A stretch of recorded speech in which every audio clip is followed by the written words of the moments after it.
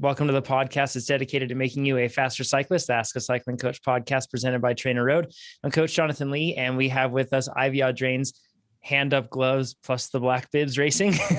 Yeah, good job. Got it. They practiced that right before. And he still hesitated. It's like I've got a mental thing with it now, right? Like I'm so terrified I'm going to screw it up every single time.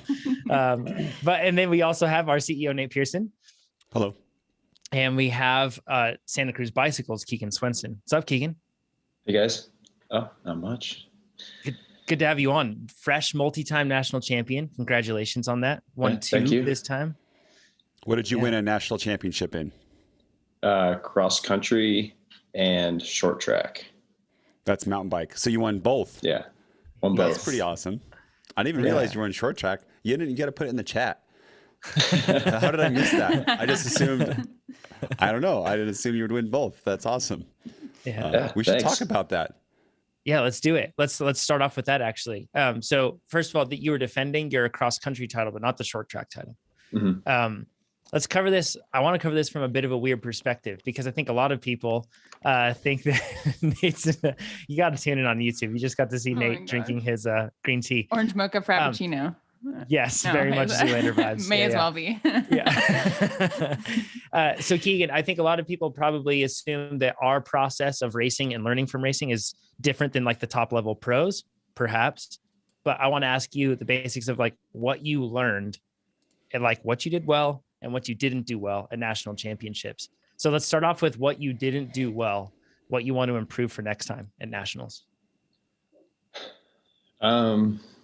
Honestly, that this year for cross country, everything went pretty much perfectly.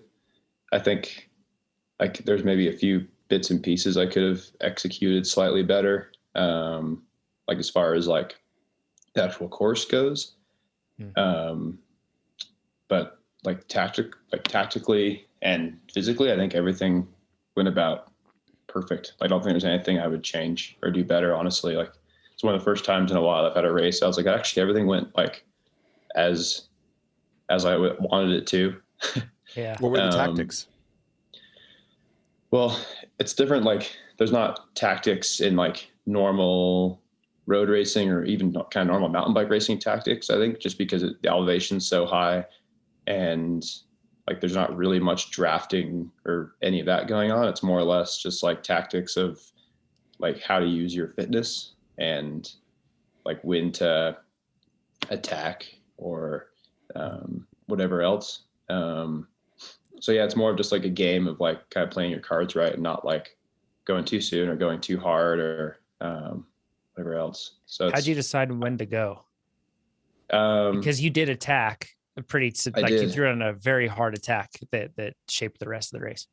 Yeah, and I guess maybe that attack was in hindsight, maybe it was a little bit too hard. I was after I attacked, I was ooh, maybe that was a little bit too much for 9,500 feet. But then after a few minutes, I kind of recovered and was able to keep it rolling. Yeah, they shortened the race this year from a 5-lap race to a 4-lap race, and the course was actually slightly shorter anyway. So I kind of figured the race was only going to be an hour and 20 minutes. So I was well, I guess I should probably attack on lap 2 because then I'm going into 2 to go and it's easy. Just easy. John, why didn't you think of that? I don't know.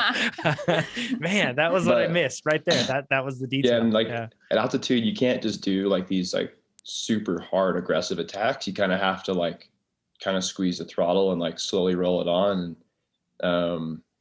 And kind of just on lap 2, I was maybe I should attack this lap. It seemed right. And Howe's actually, the first lap was relatively chill.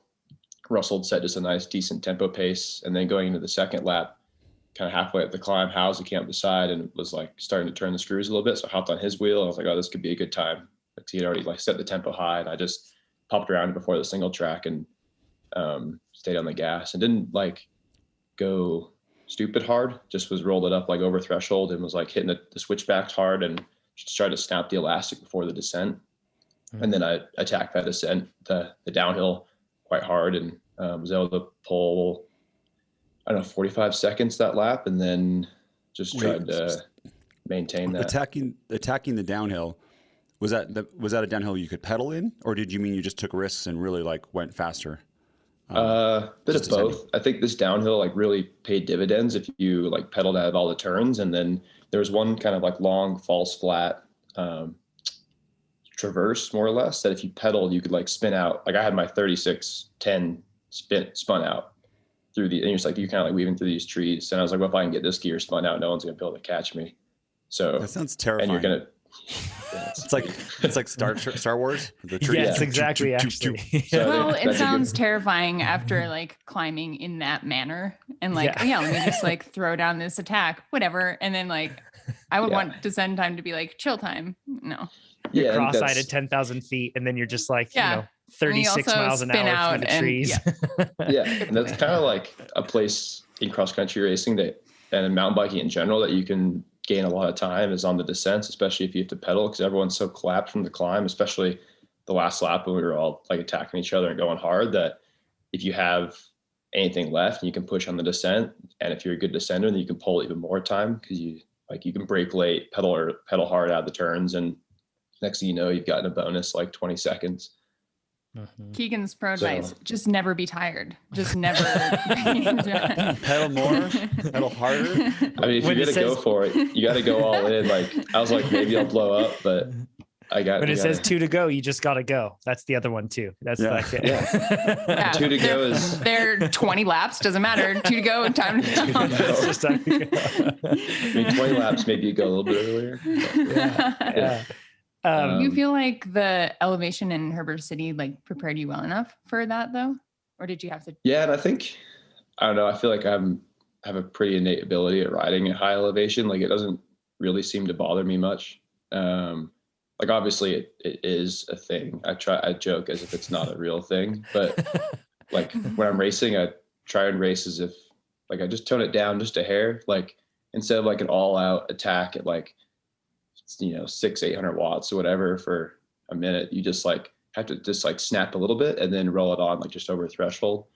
And there's like small things you do, but I think you definitely, I don't know, I try not to think too much about it and just do my thing. And you just got to push up to the red line, but you just can't go over it. You got to like ride this limit. And I think, I think it prepared me pretty well. I did some sweet spot intervals up high. Never be tired. No think, never be tired. It's Another Got it. People overthink bike racing. It's simpler than it is. No, that was a good tip. So instead of a minute attack of like a minute all out, you're saying you do a snap and then you actually consciously settle in just above threshold? Yeah. So I hit like, I don't know, 800 watts, but it was just for like a second just to like snap that elastic real quick. And then I just settled into like, I think I settled in like 400 watts, and then I do like 450 around the switchbacks and just did that for like 5 minutes. And then we hit the descent, and I knew the descent was coming. I knew that single track was only so long. So I was like, this is a good spot to roll it on.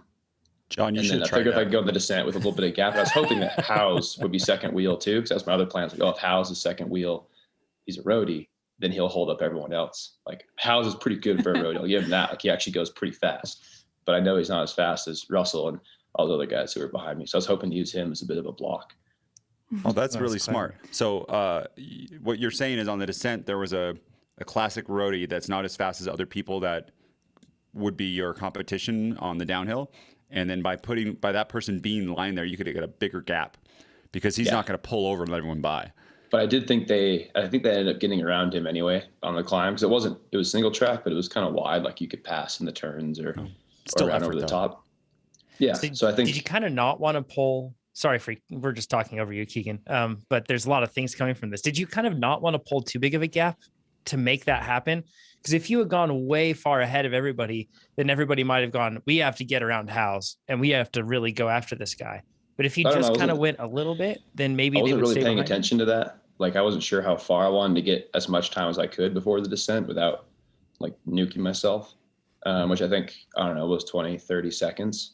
So I wasn't sure like who was behind me. I knew Howes was initially behind me, but I was like, maybe they'll get around him, or I'm not sure how that all shook out. That wasn't really the plan. I was like, oh, hopefully Howes ends up in the front, because he was climbing well. So I kind of figured he'd be able to hold that line. But I think those other guys knew what was going on, and they had to get around him. Yeah. This is I like this. Is John was complaining about 3 minutes at 370, right? like last time, and his was like how hard Keegan it was. settled in at his 4 to 450. And Yeah, John just exactly. settle in at 4 to 450 next time. And Keegan, you're lighter than John, right? I think we're about the same. I'm like 145. Pretty close. That just shows you the difference between masters racing, or not masters, 30 to 35. Oh, John's not a master. Technically, we Almost. are mountain bikers. Oh, man, I think hate they that. consider mountain bikers masters when they're 30s. I think across the board. I think. Sounds right. But then road it's not. Yeah. So I'm masters. Yeah. To national level, right? Or to a US pro, the best. That is a big difference right there. And then 2, did you look, John, about your descent time versus Keegan's on Strava? Yeah, they're close, but I'm not as fast as Keegan. I think I'm like a handful of seconds off. I didn't look on the race day, but when we pre-rode together, we rode pretty quick pace up at the top, and Keegan would pull about 3 seconds on me in the top sections. And then if you would have added it up, it probably would have been somewhere around probably 5 to 10 seconds, I bet, by the bottom. So I want to see the descent though with Keegan spinning out on 3610. Did you spin out? Did you do the same thing? Spin out, but I was only on my 34. I put a 34 on and took my 36 off. So, and that was, Keegan and I had the same mindset exactly on that descent. We went with high posts, and we rode it and looked at it and talked about it beforehand. And that is like, I just want to hit that home again. What Keegan said is there are sections on a descent where you'll catch yourself relaxing because in your mind, you've switched modes and you've gone descent mode, recover mode, but there's so much time to be had in those sections. And it's also doesn't come at a great physical cost because you're riding like tempo or sweet spot, maybe in those sections. And when you do that, you're just pulling so much advantage on a person that's thinking about recovery, and you're still not putting yourself in a really deep hole. And the other thing, the late braking in some turns and in some circumstances, pushing yourself to brake late into a turn actually causes more problems for you because it'll really harm your exit speed. But in this case, almost all the turns have pretty slow exit speed, relatively speaking. So when you look at that, and you're going to be limited anyway, just by the radius of the turn, the surface, the rocks, the roots in the turn. So you can't really carry a ton of speed anyway. Don't worry quite as much about going smooth in to be able to carry a bunch of speed out because you can't. The turn won't allow it. So you might as well brake late going into it. And there's actually one section on the descent where I looked at the people I was racing with. I haven't looked at it compared to Keegan, but looked at people I was racing with. I was catching almost 5 to 7 seconds in one turn. And it was because it was a long straightaway coming into a really tight turn, and everybody saw the turn coming up and they would brake for a really long time coming into that. So they would spend like 200 feet on that course braking, right? Slowing down from going 40 down to the tight turn. And the way I saw it was, I don't need to brake for 200 feet. I can brake for 15 feet. I'm just going to go faster for the rest of the time and just put all my braking right at the end and slow down all at once.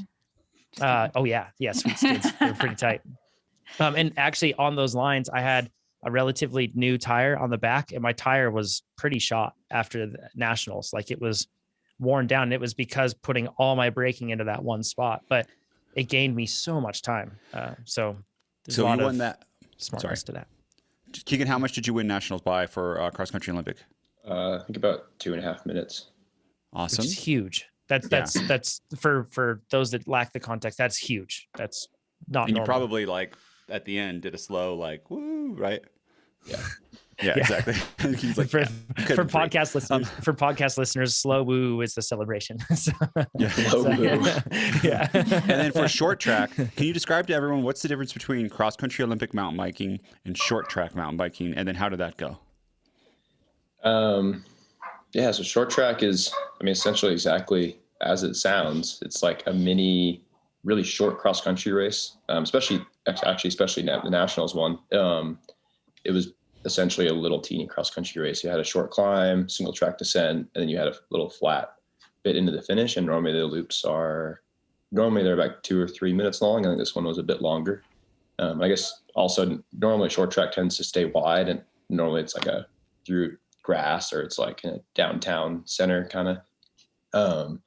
But this one was definitely more literally just a mini XCO, which not a lot of suits me people well. like that. Yeah, like Keegan, I like it because it suits me well, like but it's definitely not. I don't think it's as fun to race because it ends up blowing up really quick, and it's not as tactical, and like it races less like a crit and more like a mountain bike race. And short tracks normally race like a hybrid of the two in a way, if that makes sense. Like there's tactics, but you still like don't have to just sit in the whole time. And it's just, they're kind of fun when they're fast and tactical and there's more going on, but they're also, it's kind of cool in its own way when they're just, there's a minute long climb and then you descend and then you have a tailwind on a fire road to the finish. So it was a bit of a different short track than we've had in the past, but still good. Did you have a different tactic for that compared to XCO? Like, did you, with XCO, you had your 2 to go rule and you just pedaled hard. You just made it say 400. But in this case, did you have like a different tactic for a short track? Were you waiting? Were you less certain? Cause you hadn't won this one before. Yeah. This one with the course, like I wanted to, since there was like really a minute long climb and then you dropped in a single track. So you had to make sure you're at the front. Otherwise you're going to be in the back of, I think there was, 40 riders maybe.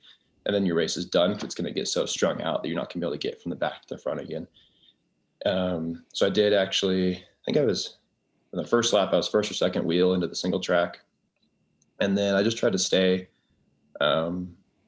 in the top 3 or top 5 for a few laps. And then I led one climb and blew it up. And there was only 3 of us. There was Russell, Steven DeVoust and myself. And we were kind of trading poles for a while. And we had a pretty sizable gap on the rest of the field. And Steve was actually racing his full suspension, which was, I thought, I did bidding a race. I was like, that's an interesting choice because there's a minute long fire road climb. And the descent was like, it wasn't hard, but it definitely had a few little chunky sections. And then there was maybe 45 seconds of like smooth tailwind dirt road to the finish line.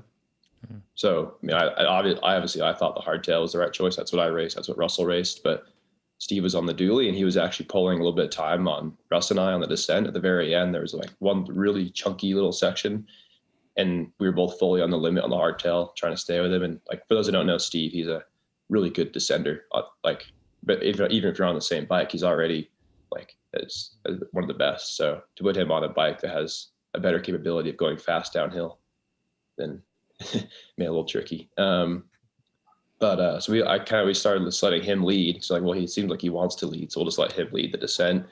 And then we hit the straightaway, like, oh well, he's already here. I'm not gonna come around and pull now. It was only like a few laps to go. And there was a tailwind, so it really wouldn't have mattered anyway. And the headwind was actually going up the climb. So we were kind of echeloned. It was like a cross head. So we were echeloned up the climb. And then I think with 3 or 4 laps to go, we were kind of fighting for position a little more. I think Russell was trying to get to the front this time on the descent to do something.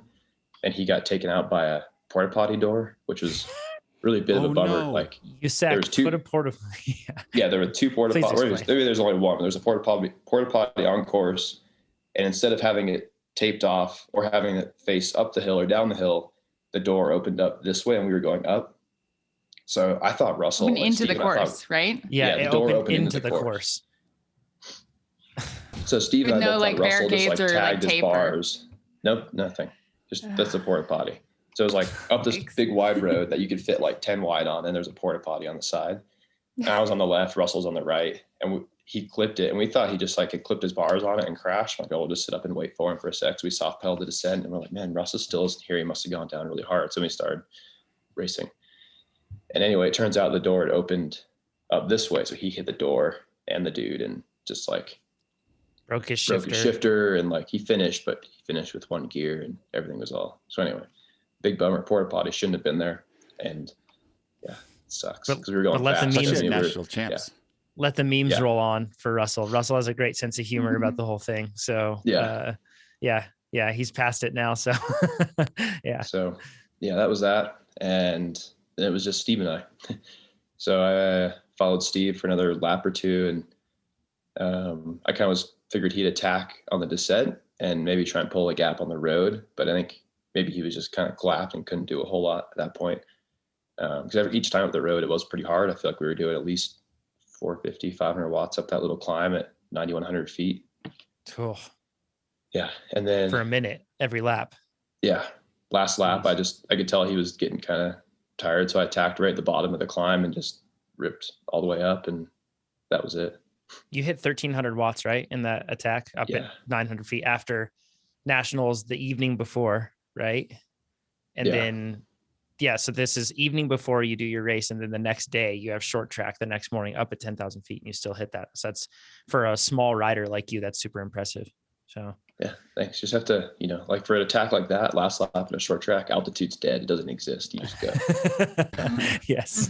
But what Keegan is saying with they're jokes, but it's also a mental state where he's talking about there's all these things that will impact you, and he pushes those out of his mind, right? Like he doesn't worry about the altitude, doesn't worry about other stuff. It's just time to go, and you go hard and you go deep, and that's all there is. That's especially the last lap of a short track. Like you don't have minutes left. Like if you blow up, you just gotta go. Otherwise you're gonna lose anyway. So in general, in your racing, I think you have the ability to push off. I think a lot of us, we think too much when we race, or we try to, I especially do, you calculate all this stuff in your head. And Keegan, it sounds like you have times where you're just like almost your IQ goes down, right? Oh yeah, definitely. And you're like a primitive man, and you're like, he's like, yeah, definitely. And you just think about going as deep as you can, and that's all there is. And I think that's probably something that most of us can learn, especially a lot of us who stay cerebral the whole time and not in our bodies, but are in our heads when we're racing. Yeah, I love that idea, and I've maybe done that a couple times in my life, but it's easier, at least for me, it's easier to turn on when you're racing for the win. I'll do I don't know, when you're racing for the win, it's a whole different mindset for me at least, when you're racing for top 10 or whatever. I feel like you can just go deeper. You can just go way deeper, and you can find that motivation. I saw that very clely in Steven Nevaus when he was winning in Utah off the front. Doing this solo effort, looked like Steve turned into Krog. He was like it was so weird, caveman look on his face. No, for real, it's real. And even even for Steve, he was second at both races, which was an awesome ride. And even there, you could tell, in the short track, he was zoned in. He wasn't the normal Steve, So I think we all can kind of turn that on and find that motivation. Mm-hmm. So I'm gonna wait to talk about Belgian Waffle Ride until later in the podcast. We're gonna talk about that just before the rapid fire section, and then we'll get into that, because that did not go as well for you. So we're gonna talk about that and what mistakes were made there. Nate, you raced Tahoe Trail 100. This was a check. Oh yeah, sorry. First, you raced Tahoe Trail 50. You raced the 50K, and raced is a. Did you race it or did you ride it? Well, I settled in at 400 and then went to 450 on the switchbacks. And that wasn't enough. I just finished it, and it was my first race in a long time, and I took some time off since my divorce, and I was training. I went from 10 hours a week to 1 hour a week. I think I have my TSS was my 6-week TSS was 20 or 16 or something. It was crazy fresh. It was very fresh. Legs were full of glycogen, and I don't know. I went hard. I didn't go very hard or all out, and I was slower. I was faster in some of the descents than when I did it in 2018, but I was slower in all the climbs in 2018. And I'm heavy now and less fit. And in January of this year, I was so much faster than 2018. January of this year, I was flying, and I wish Cape Epic was in. And Sophia messaged me, Keegan's girlfriend, and she's like, "We got to win. What are you doing?" She wants me to train more. So I am training in earnest now. And I'm thinking I want to be able to, this is a goal that I'll say, I have 92 days to do this. I want to be able to hold probably at elevation on the trainer, I think 340 for an hour. If I could do that, and I'm going to stop creatine here in a bit, and I could lose some weight on that.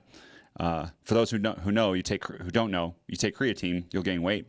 And I think I'm just a bigger person. I gain more weight on creatine, and it's water weight that gets held in your muscles. I could probably lose, I'm thinking 4 pounds of water weight from creatine, and then just have that sustained power. And I think that's probably going to be the most important thing for Cape Epic Day over day. And then just eat all the carbs and all the food. And hopefully Sophia doesn't make me go too hard. And the descent. And if she does to make you go too hard, you just got to just pull ahead on the flats and go get a little bit of a gap and just ride there. So she's out off the back. I'll be so gassed though. I'm just gonna. I really want her to push me on I'm not kidding. Like physically push you up the hills, you're saying? Yes, physically push me up the hills. Yeah. She might be at like 280 or something, which is crazy going into it. And how much does she weigh, Keegan? Like 120? Probably 120. Yeah, that is correct. That's insane. That's insane. She's fit. I think that she's going to be like, she's probably going to be over 5 watts per kilo. So that's going to be, that's a tough partner to hold on to at different times, depending on the course. It's impossible. So, I can't hold on. She needs to be able to ride. She needs to carry everything, push me, ride within my limits. Yeah. Get her one of those bottle vests from the Tour de France that has like spots for like 14 bottles. Just like, no, I should only have 1 bottle on my bike at a time, and I drink a little bit more. So she's going to have to hold an extra bottle, maybe 2 in her jersey pocket, and she'll be fine. She's going to get, Keegan, have you prepped her to like not be frustrated with me? Can you do that? It's impossible. No. He's shaking his head. No. That was like a nervous laugh from Keegan. He's like, not. Nate, if you That's can, not me. So let's talk about that 340 for an hour. How confident are you that that's going to happen, that you'll be able to do that? Is this like a reach, like a stretch goal for you, or you feel like that's achievable? I can do that. That's a stretch for sure. Yeah. Up here, unless I go down to altitude, or if I go down to sea level, I think I can do it by then for sure. Cape Epic is at sea level, so. I know, but I'm thinking about here doing it in Reno at 4,600 feet. But yeah, it's a stretch. So what are you doing that's like, are you doing anything special to be, yes. Are you doing any, you mentioned that you're going to stop taking creatine, that sort of stuff, but is there anything else that you're doing to make that stretch goal happen that you might not do in a normal training block?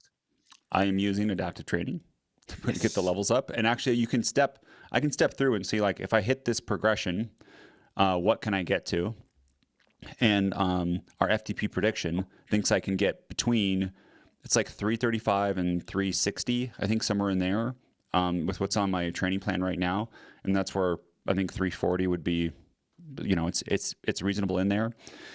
And then I'm just trying to optimize my life with sleep and eating in the next 90 days because it's important. And also, though, I don't know, that's about it. Big days on the trainer. I think I respond really well to like a 2 or 3 hour trainer ride and then recover and then do it again, than to multiple like 1 hour slots. Yeah. I like to get it all for you too. You can get it all at once. And that 3 hours of the 3 hours of pedaling on a trainer where you don't stop, I feel really helps on those 4 or 5 hour days with fatigue resistance.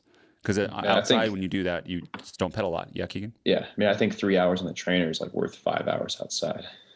I darn hope so. 100%. I think that's. It's like I'm banking on it. Yeah, that's what. And just because I'm time strapped, right? So, and 2, if you do, some people are like, that's insane. But if you break it up, or if you do 2 hours of intervals and then you tack on an hour of aerobic, and in those intervals, it's all about switching entertainment. So I'll do music during the interval, and then I'll watch like Tour de France. And then afterwards, I'll watch Netflix or a movie. And it seems like 3 different things. And it goes by a lot faster than if I did like one entertainment thing the whole time. It's these simple tricks, like for your brain. You can always like fool yourself. Like Cole Patton for PWR never done a race longer than 4 hours. I was like, well, 4 hours, just think you're done. You only got 2 hours left. Easy. We talk about this regularly. You kind of have to allow yourself to be dumb enough to fool yourself. Like that's another way to look Labrador. At it. It's not that hard, it's what you talked about before, though. It's mental toughness and the things to do that. Another thing too, I personally think 2 hours of intervals and then an hour of aerobic is easier than 3 hours of aerobic on the trainer. Sure. I know that sounds crazy, but it's after you do the intervals and you go into aerobic, it feels so easy. Like you're totally open and it feels so, right? It feels so easy. But then 3 hours of just straight is mentally hard for me. And just boring. And and it's taxing too. It's a different type of taxing, not to have, because even with intervals, you have some on off. And I should do some just straight continuous stuff too, because I think that will help me with fatigue resistance and all the things that a long aerobic ride help with. But it's generally, I would rather do 2 hours of intervals and an hour of aerobic than just 3 hours of aerobic. Yeah, I'd agree with that. So after Tahoe Trail 100, is your confidence worse, than it was about Cape Epic? The same or better? About the same. I'm not in a horrible position. I'm not super duper slow. And the nice thing is I finished it in like 2:46, and the time's hard because it was the course was a little bit slower. We had a different section this year. But at the end of that, I was definitely like, I could do another lap, no problem. So like we talked about this in the podcast, your aerobic fitness, like your really long stuff, it takes a long time to get up and takes a long time to go down. But my high end stuff is just not there. And that is the one that can respond quicker. And we can see people in 3 months totally I could get a 30-watt boost. My FTP right now is 320, and I think I was doing like a 6.0 VO2 max and a level 6 threshold. I think I'm going to try to go to level 10s to do more of so as you go to longer with the 10s, you just do longer stuff.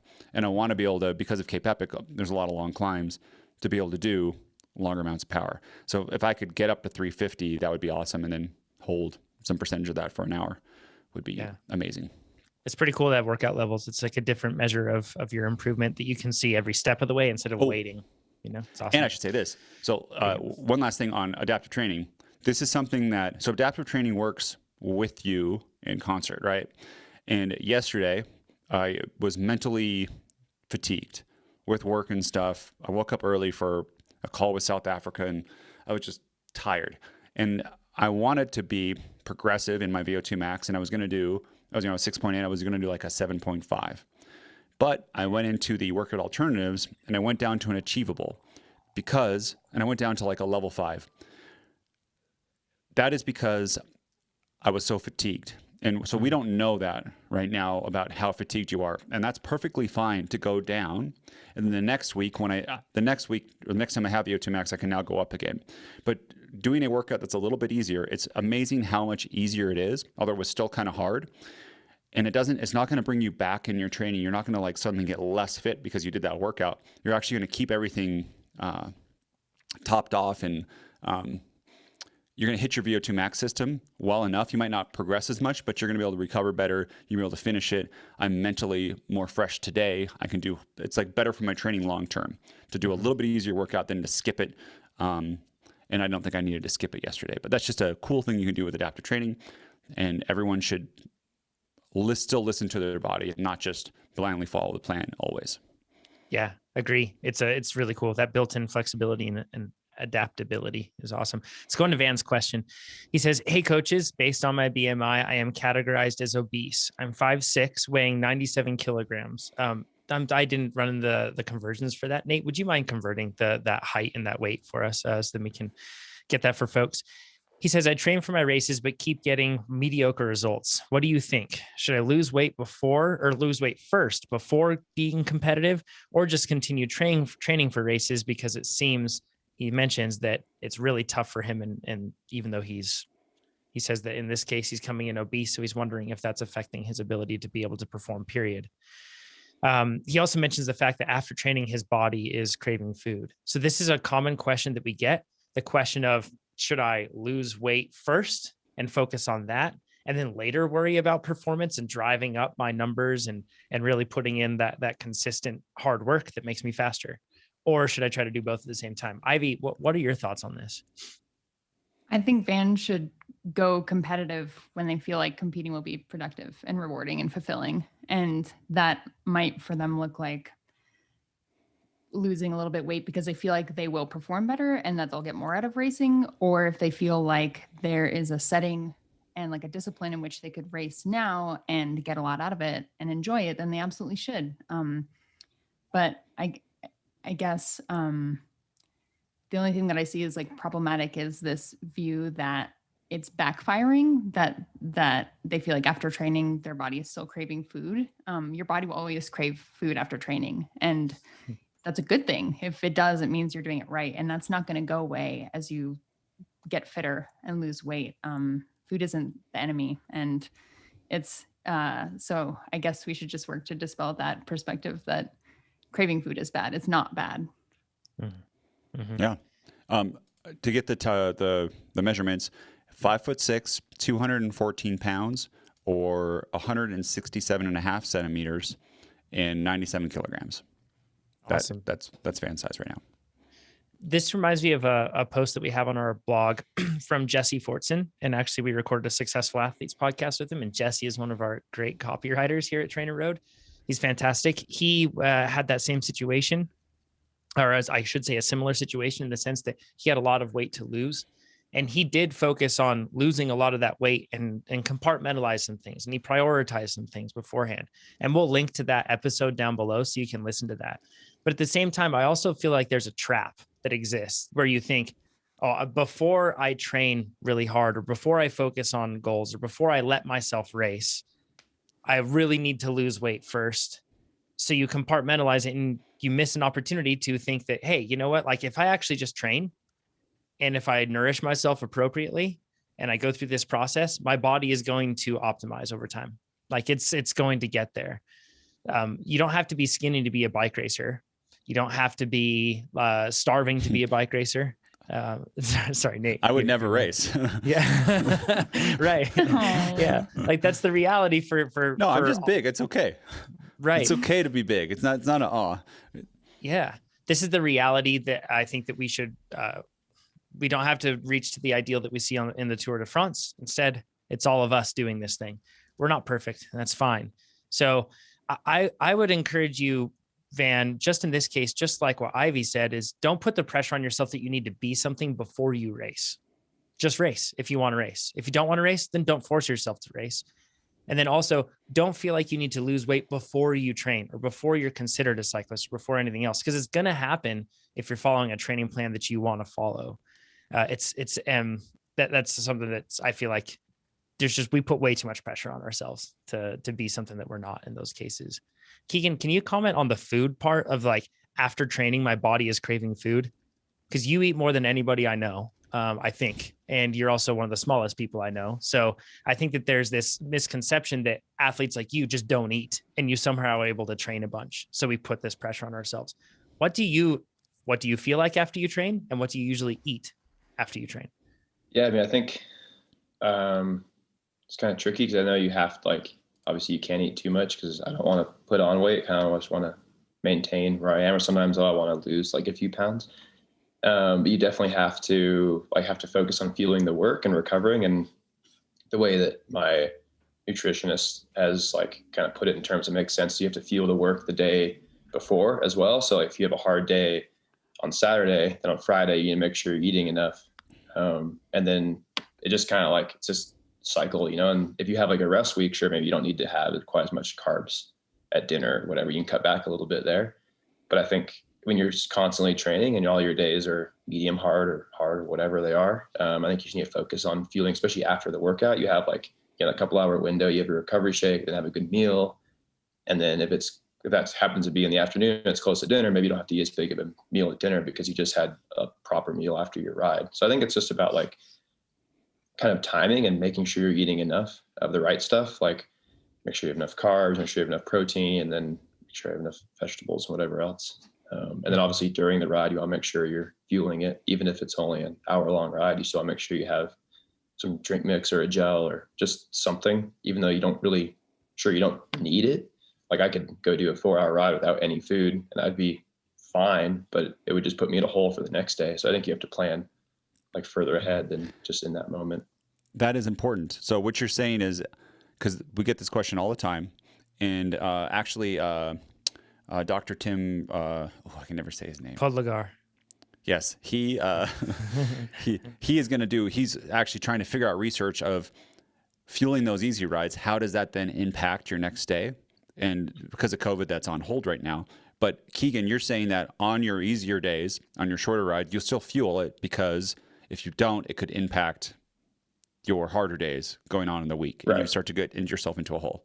Yeah, I don't eat on recovery rides. Like I don't need to take any food for that. It's like an hour just floating easy. You don't need anything for those, I don't think. But I mean, if it's just like a shorter, like two or so hour ride, and if there's any sort of intensity, you still need to have something. Or if it's an hour long ride, but it's full of intervals.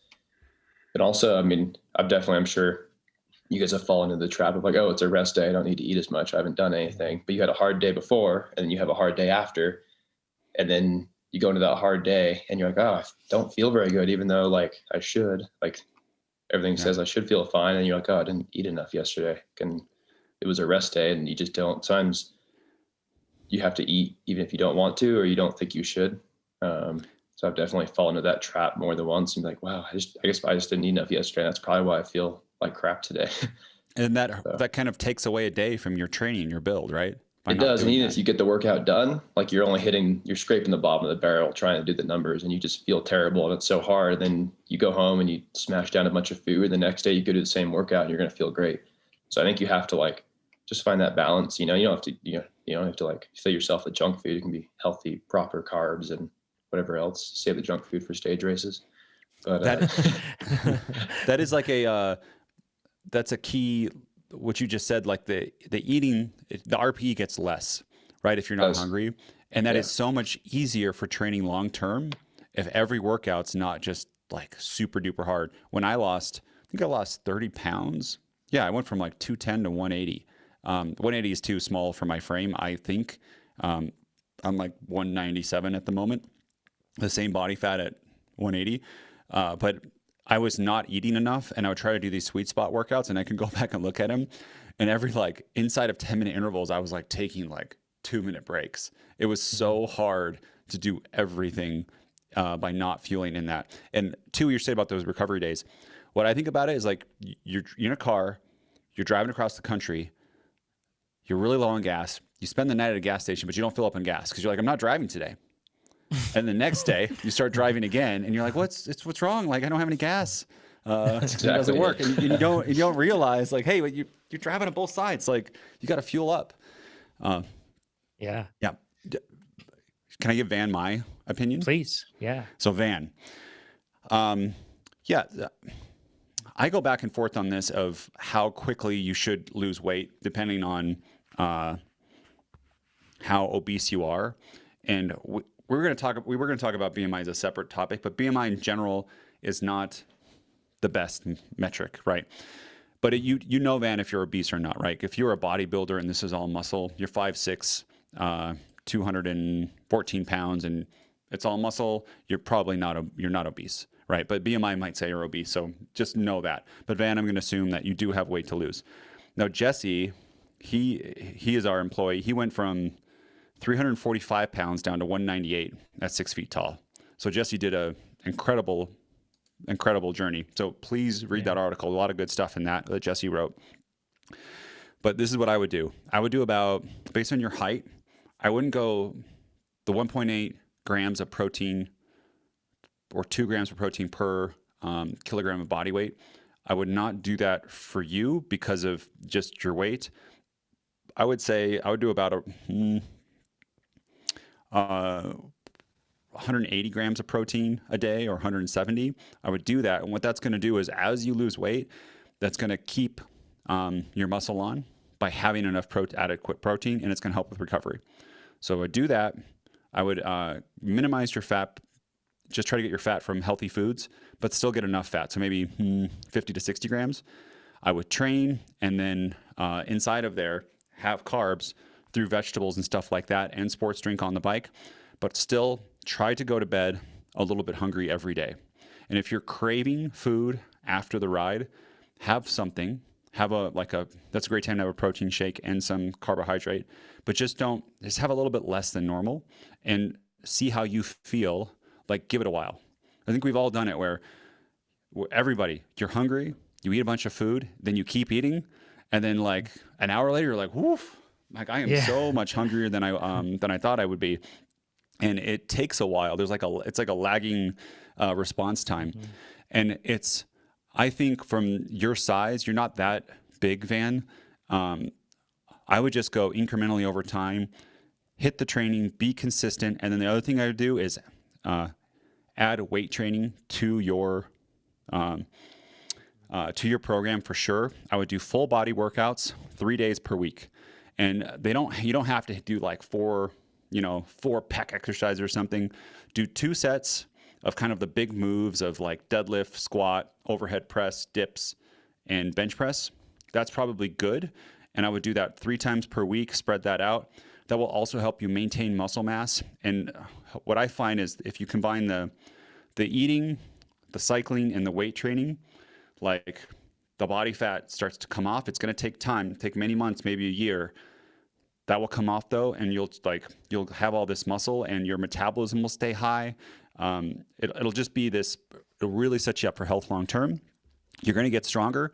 You can totally during this time gain muscle, get stronger on the bike, and lose weight. Totally possible, especially from where you're at. If someone says you can't gain muscle and lose weight at the same time, that's not true at all. So, and then during that, I think sign up for some races, and even especially some of these races like fondos or gravel races where, unless you're Keegan, you don't win. Like none of us win here, right? And Keegan, you don't win too, obviously. Apparently, sorry. Ouch. You don't win every race, and you can just be competitive against yourself, right? It's like I did Tahoe Trail. I'm not going to win Tahoe Trail, and I'm not air quotes competitive, but I get to still do it and have fun, and I can be competitive against people around me. And there's always going to be people around you, and if there's not, just sign up for a bigger race because there's always going to be somebody. Yeah, that strength training does a huge bump to keeping your metabolism high. It makes everything a whole lot easier for the goals that you want to go for, in this case, Van. So Van's next question is, Ivy, did you have something for you? Oh yeah, I just had a small piece to share about going to bed hungry that might help, because I used to go to bed hungry all the time because I'm dumb, not because I was like trying to achieve anything, but and I would like every night wake up around like 3 or 4 in the morning and just be like, boom, awake for like a couple hours and couldn't get back to sleep, and it was like wrecking my sleep. And for years I did that. And then I heard this piece of advice that from a nutritionist, that when your body's doing that, it needs cortisol to like tap into your body's stores to recover and repair and like do the work that it needs to be doing when you're sleeping. And so if you just have a little bit of fat and sugar right before you go to sleep, like a little piece of like cheese and a strawberry or something, your body doesn't need that cortisol to get into its stores, and it totally helped me. So yeah, go to bed hungry as long as you aren't like waking up in the middle of the night, because your body needs something to recover and repair. You don't need a huge bowl of ice cream with 6 scoops. No. A piece of cheese or chocolate or something with some fruit could be just the right amount in order to sleep through the night. Another thing too that I've mentioned this before, but melatonin at night, high dose melatonin can cause a rebound effect where if you are taking even 1 milligram, but some people I've talked to people, they're like, I take 5 grams of melatonin, I go to bed fine, but then I always wake up at 3 in the morning. There's a rebound effect that happens where your body, if you take a high dose, I don't know the exact science and I shouldn't even be talking about it, but basically your body compensates for the melatonin you've taken and you wake up earlier. I do like a 5 milligram only if I'm on a flight where I can only sleep for like 5 hours or something, and I need to wake up in 5 hours. Other than that, I will do occasionally 0.5 milligram of melatonin, and it seems like not much if you're going from 5. You might have to work your way down, but that is just enough where personally I don't get a rebound factor in that. Yeah. I mean, did you take 5? That. You've gotten that? I've taken 10, all sorts of melatonin. I've never had the rebound. It always just knocks me out all night. The first time I took melatonin was on a flight, and with the intent of like sleeping on the whole flight and using that to aid in that, because I don't sleep well on flights. I took 5 milligrams, and after 1 hour, I was like more awake than I have ever been in my entire life. So I just sat there, and because like of poor planning, I was like, oh, I'm going to sleep the whole flight. So I'm not going to load everything full of like movies and everything else. And I just sat there just like staring at the seat in front of me. Well, everyone's asleep. Everyone's asleep on the plane. Yeah. Yeah. So one thing on the go to bed hungry thing, because I just want to clarify something. Somebody's hearing that and thinking like, okay, so I should not eat dinner, or I should really starve myself. And that's not what we're talking about. We're just talking about all of us experience and first of all, let's consider Van's situation and then consider your own. And your own situation may be very different from Van's. Chances are it is, because we're all very different, right? So, but in this case, Van is talking about wanting to lose a substantial amount of weight, right? And that's like a big goal of Van's in this case. So keep that in mind. with that in mind, what we're talking about is avoiding like indulging the late night cravings that you have to have those 6 scoops of ice cream, like Nate said. Instead, it's eating nutritious meals. It's nourishing yourself. It's fueling yourself, but avoiding excess where it isn't, it isn't necessary to fuel work or to drive recovery. Right. So that's all we're talking about there. And what that feels like many times is going to bed hungry. You're not starving, but you don't feel like you're full. Mm-hmm. It's like a teeny bit. It's like threading the needle where you're like, I feel a little bit hungry. It's not so uncomfortable that it's going to like make it so I can't go to sleep. And then when I feel it, I go, if I need to lose weight, I say, wow, this is the feeling that I'm after. This isn't a bad thing right now. This is the feeling that I'm after. I drink some kind of tea. I like an orange spice tea. It like makes me, I don't know why, but it makes me not hungry. I drink that, decaf, of course, and then I go to sleep. I've had it though, where I go, oh geez, I am going to eat the whole house. I messed up. This is not a good position to be in. And I always indulge myself there because if you don't do it then, it's going to go even harder later. And I just try to do it where I don't do the 6 scoops of ice cream. I used to do, back in my fatter days, I would do a personal apple pie and then put like 3 scoops of ice cream on it. And I'd eat that every night before bed. So that would be something that would be probably a little bit too much. And I'm not the only one, I bet, that has done that before. Yes, I think we all have, right? Yeah. I'm glad we clarified that though, about going to bed hungry. I was some alarm bells of like, oh gosh, we gotta have our athletes like starving themselves before bed. So many maximalists, right? It's like it's very hard though to lose a bunch of weight and not ever be hungry. Right. It's like you have to be okay being uncomfortable. And yeah, that's it. You got to be, but you just don't want to be starving. It's a very minimum amount. Yeah. If you ask Jesse, over time. Jesse, the one we're talking about, Jesse Fortson here. And once again, we'll link to everything down below in the live chat now. Jesse's in there actually. And Jesse's been linking. And Jesse, you can answer this in live chat right now, but I've spoken to you about this. Losing all the weight that you did, and you continue to constantly work at this as well. But it's one of the hardest things you've done. You've mentioned that before. Like this is like that sort of weight loss that you're talking about. That's really, really, really hard. And it is uncomfortable. And you're like switching patterning from your body across the board. And so it's really hard. But it's I'm sure in Van's case, but I'll just speak for Jesse's case.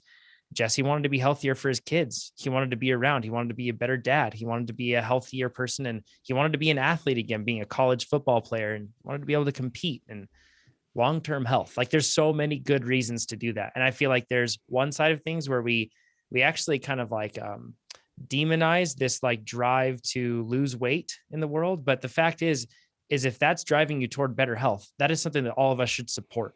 Like we need to find ways to help people feel okay with that and not feel like I can't even say that I'm losing weight. I know that can swing the other way, but I feel like at the same time, we have to recognize and how great that is to push for just health. Yeah, if somebody wants to do it, let's support them. Yeah, exactly. Yeah. Let's go into Diane's question. She says, I'm new to training this year. My FTP has increased from 160 to 278. She mentions that right. Talk about a big boost. So I need that in 93 days or something. You want to send her an email and see what she did, Nate? Yeah. She says, I'm female, 28 and 65 kilograms. I did some structure to start, but largely have just been learning to ride in a group and trying out local climbs and routes and enjoying my best fitness of my life. I hope to start your training plans in the fall. Good job, Diane. That's awesome. And to hear that you're enjoying cycling and getting into it. She says, I just competed in my first crit race and I won. I sat mid-pack for most of the race. Yeah. Shocker. Yeah, No, I'm just Cat 5, Cat 4, maybe a Cat 3 men's race. Yes, it's impressive. She says, I sat mid-pack for most of the race and sprinted for a win. Nice job, Diane. Good tactics too. I stayed in zone 2 for most of the race, and the organizer told me to win a few, do some attacks, then maybe I can upgrade. So what tactics would you suggest for a solo rider overpowered for the category? This is the opposite end of what usually all of us are dealing with. We're trying to just unlock the puzzle of trying to win. But in this case, she's got latitude to work with here. So Nate, Diane's at 4.2 watts per kilogram. That's so fast. Like, especially for, I think for men and women, I forget what it is, but I think it's based on our bell curves, is it 1 watt per kg between the sexes at the same age? I believe. And of course, So- that data may be off, but yeah, sorry, Keegan, you were going to say. I said, I think that's about right. Yeah. So imagine you're coming into cycling and you're at 5.2 watts per kilo, right? And she's at 148 pounds, 140 pounds. So she's like she's not a 100-pound woman. She's got a diesel engine, right? At 278. She's going to win every race without even trying to do anything. There's no tactics needed. Any tactics that she learns now are probably not even right tactics. So she'll be kicking it. Just go off the front and stick it at 400. Like her. Sorry, Keegan. That was my Keegan impression. But she's so much stronger than everybody in her field. Where at that level, like the average might be 2.5. Right? She's gonna have like 80 watts on people, which is insane. I would say, Diane, I would do group rides, and probably. Group rides with either pro women that or strong men. And if you get comfortable in pack riding, so I'm going to assume you're comfortable in pack riding, fast riding with a bunch of people. If you can do that, I would upgrade as fast as you can to be in a more competitive field, because then that's when you'll really learn tactics. And I don't think you're going to learn how to win being so dominant and stronger than everybody else. I don't know. Ivy, what do you think? Yeah, I think that she should get as much. I agree that there won't be a lot of tactic or like things to be learned in those beginner categories.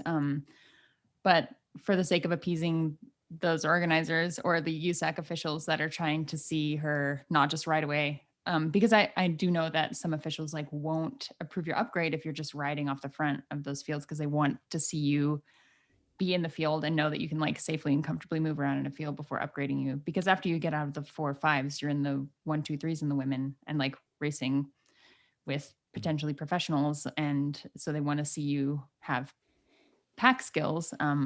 So she's just got to check the boxes and move around in the field and scoop up some preems and, just do that for a few races. And then beyond that, fast group rides. And then I think with the categories with USAC, so if you're a woman in a category 2 or 3, you can do a men's race, but you can only do it within a certain drop-in category. So she shouldn't be doing men's races now, because I think she can only do men's 4 or 5 races or something. And I don't think she should be doing one that. category down. So yeah, that's right. We did. Yeah. Sophia raced with the men Cat 3, whatever that field was at the Utah State Champs, because the women's race was going to only be 45 miles. So she wanted to race with the men, and they're you can race one category down with the men, which makes sense. I think she top 5s, didn't she, Sophia?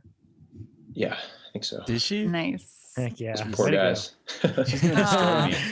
She'll get better. Think about me, Keegan. Poor Nate. That was going to be my suggestion. I'm glad that you guys are obviously more educated on this matter, because I was going to say, see if you can race with the men's fields. I know locally we have some races are USAC sanctioned, some aren't, but at our local races, we'll have a hand like Caitlin Bernstein and a handful of professional cyclocross racers and gravel racers. They'll race with the men's fields a lot of the time. They'll do both. They're savage. They'll do the women's race, and then right after that, the men will go, and they'll just line right up and go and do both back to back. If it's not too heavily sanctioned, sometimes an organizer will allow that. And that could be really helpful, because with your power to weight ratio, depending on the course and everything else, and that puts you to be competitive with a lot of A groups. A lot of A groups, you'll be right there toward the front. So that's that's one thing that you can do to definitely get the tactics. What if she's stuck though? What if she because I bet there are other racers listening to this where you're just faster than the people that you race with by a lot. Is there anything that you can do within those races to get more out of them? Single leg drills. Trained before. Talk about a flex. Do multiple races. How would that make you feel? Be struggling, just at the back, just dying to hang on, and someone's up there doing a single leg drill. I'd be I would just quit. I'd just exit off the course into the parking lot. I mean, if she had the time, she could go do a bit of endurance before the race. And like she went and did like 2 or so hours and like came into the race a little bit of fatigue. That way she'd be forced to race a little smarter and actually, like I said, basically it essentially like lower her FTP and power. So she'd be racing, like be able to like sit in the pack and maybe have to draft a little more and like do more tactics. And she still could win with how strong she is. So I think that's probably what I'd do.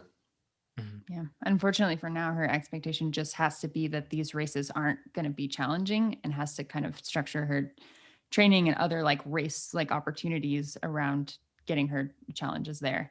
Like if you can find a really fast race ride with, like a fast A group to learn how to, I mean, I'd be surprised even with how strong Diane is, if she would be able to like stay with the front of a race group because of how tricky it is to like hide and conserve and use your energy wisely. Like that's the stuff that we're talking about when we're talking about learning how to race smart. And so those should be the opportunities that Diane sees as constructive and like productive versus like these crits with, Cat 4-5 women, unfortunately.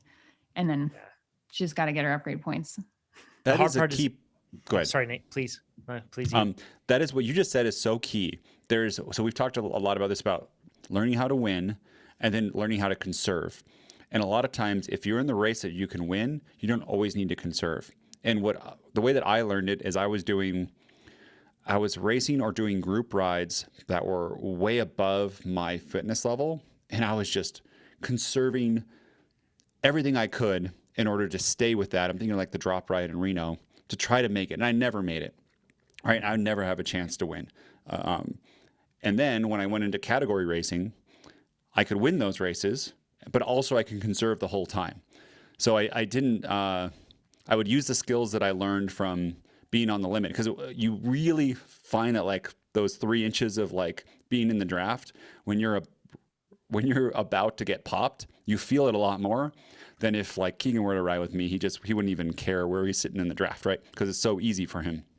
And if you can combine those two, where you get a really hard race, but then you can also have another type of race that you can win in, to learn how to win, that'd be great. But still, Diane, I would go higher. Ivy, you said you had, under my understanding, the USAC official doesn't need to see anything. If you have the points, you upgrade, and you're automatically upgraded. They're not going to be like, well, you haven't ridden enough. If you ride it, I'm thinking of Brendan Wirtz. He rode off the front in the men's category in every road race and just soloed and won, and they just boop, right up as he got his points. Oh, that must not be the nice. case. But no, that's not the that's totally not the case. Like I've heard of many examples of the other side of that, where riders that ride off the front, the officials will be like, no, like you don't have any pack experience. So it depends upon the discretion of the official. The reason that we actually in USAC, the reason that and I could be wrong, a USAC official is going to write me and let me know I'm wrong. So apologies in advance. But as I understand it, the reason that you reach out to a local USAC official to submit your upgrade points at that time is because they want that local USAC official hopefully knows of you and has seen you race and is able to then also provide some context to the numbers in approving that upgrade.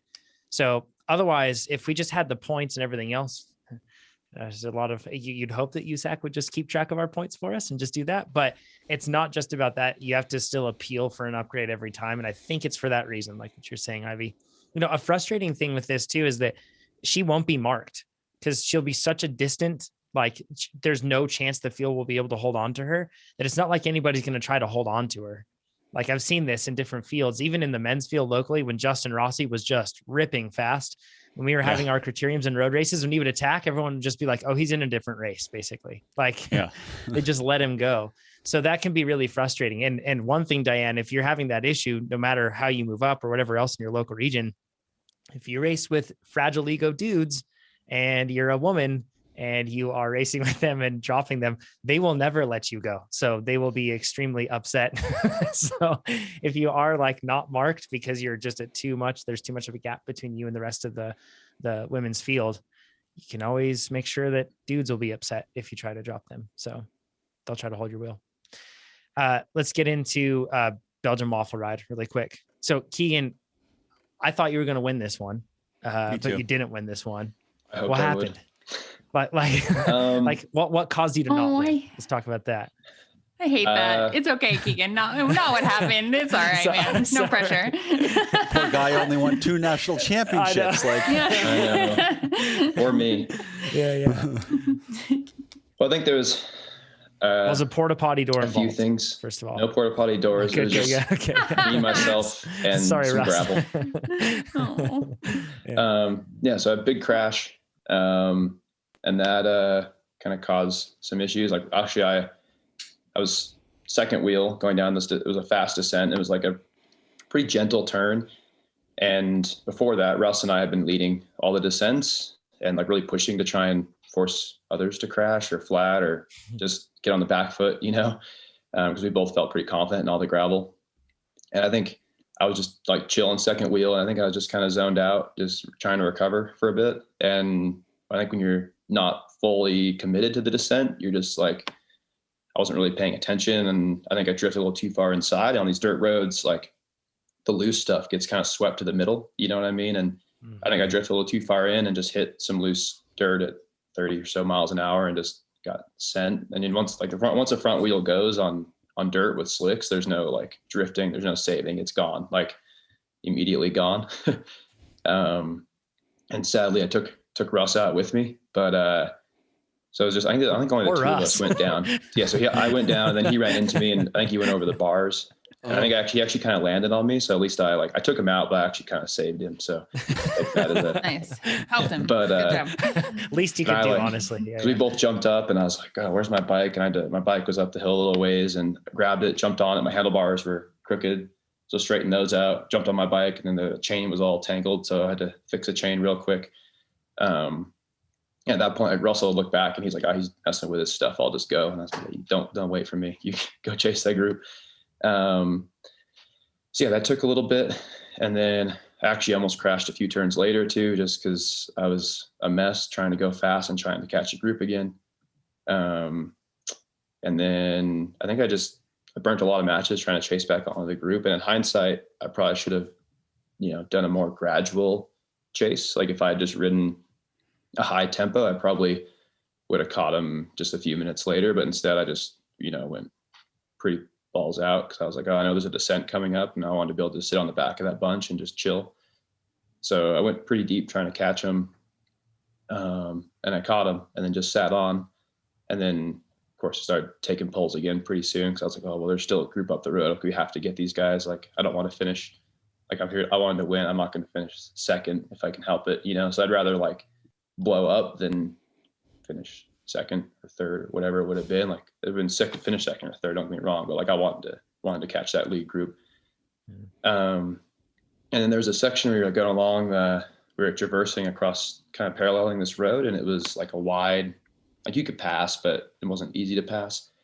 And that was pretty flat out. And I was like, I hope everyone's feeling as bad as I am right now. Cause I was like fully on the limit trying to do like tempo, I was like, oh, this isn't good. And then this was at like mile 105 maybe.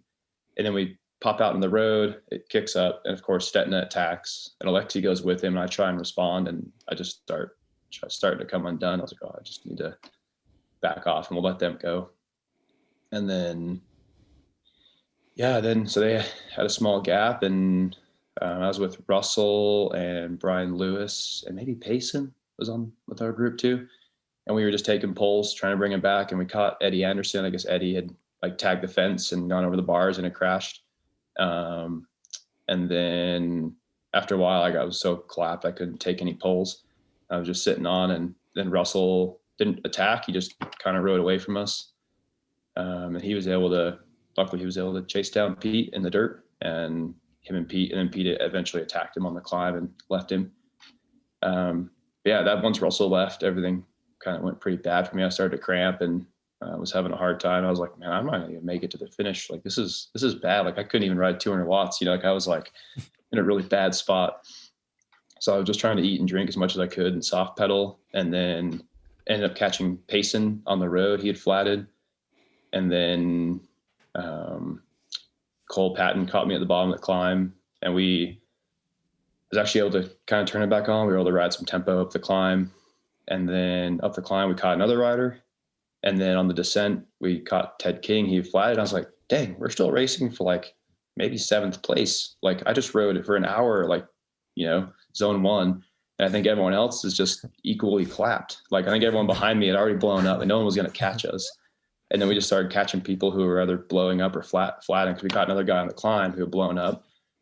So I was like, wow, we're actually still kind of in this, So then Cole and I, well, what do we do? And like, oh, we'll just sprint and put on a show and it'll be fun. So we sprinted, and we still don't know who won that sprint because I haven't found results. It was like a bike throw, so it was like super close. But yeah, it was. Why did so many people crash, and why did so many people get flats? Like it seems like way more than any other gravel race I've heard of. I mean, the big reason I think is everyone's racing basically road bikes, right? Like I raced a gravel bike, but I ran 32C slicks, and that was probably the most aggressive setup of the bunch, like of like people that were in like the league group. There were some guys that were on 30s, some were on 30s with a teeny bit of tread. That's what Pete ran. He had a teeny bit of tread on the front. So I think that's part of it, is that everyone's riding basically bikes that aren't actually capable of like you shouldn't be riding those bikes on that stuff. But like there's 80 miles of pavement too. So you kind of have to roll the dice and, kind of gamble. Lot. 80 out of 140 are pavement.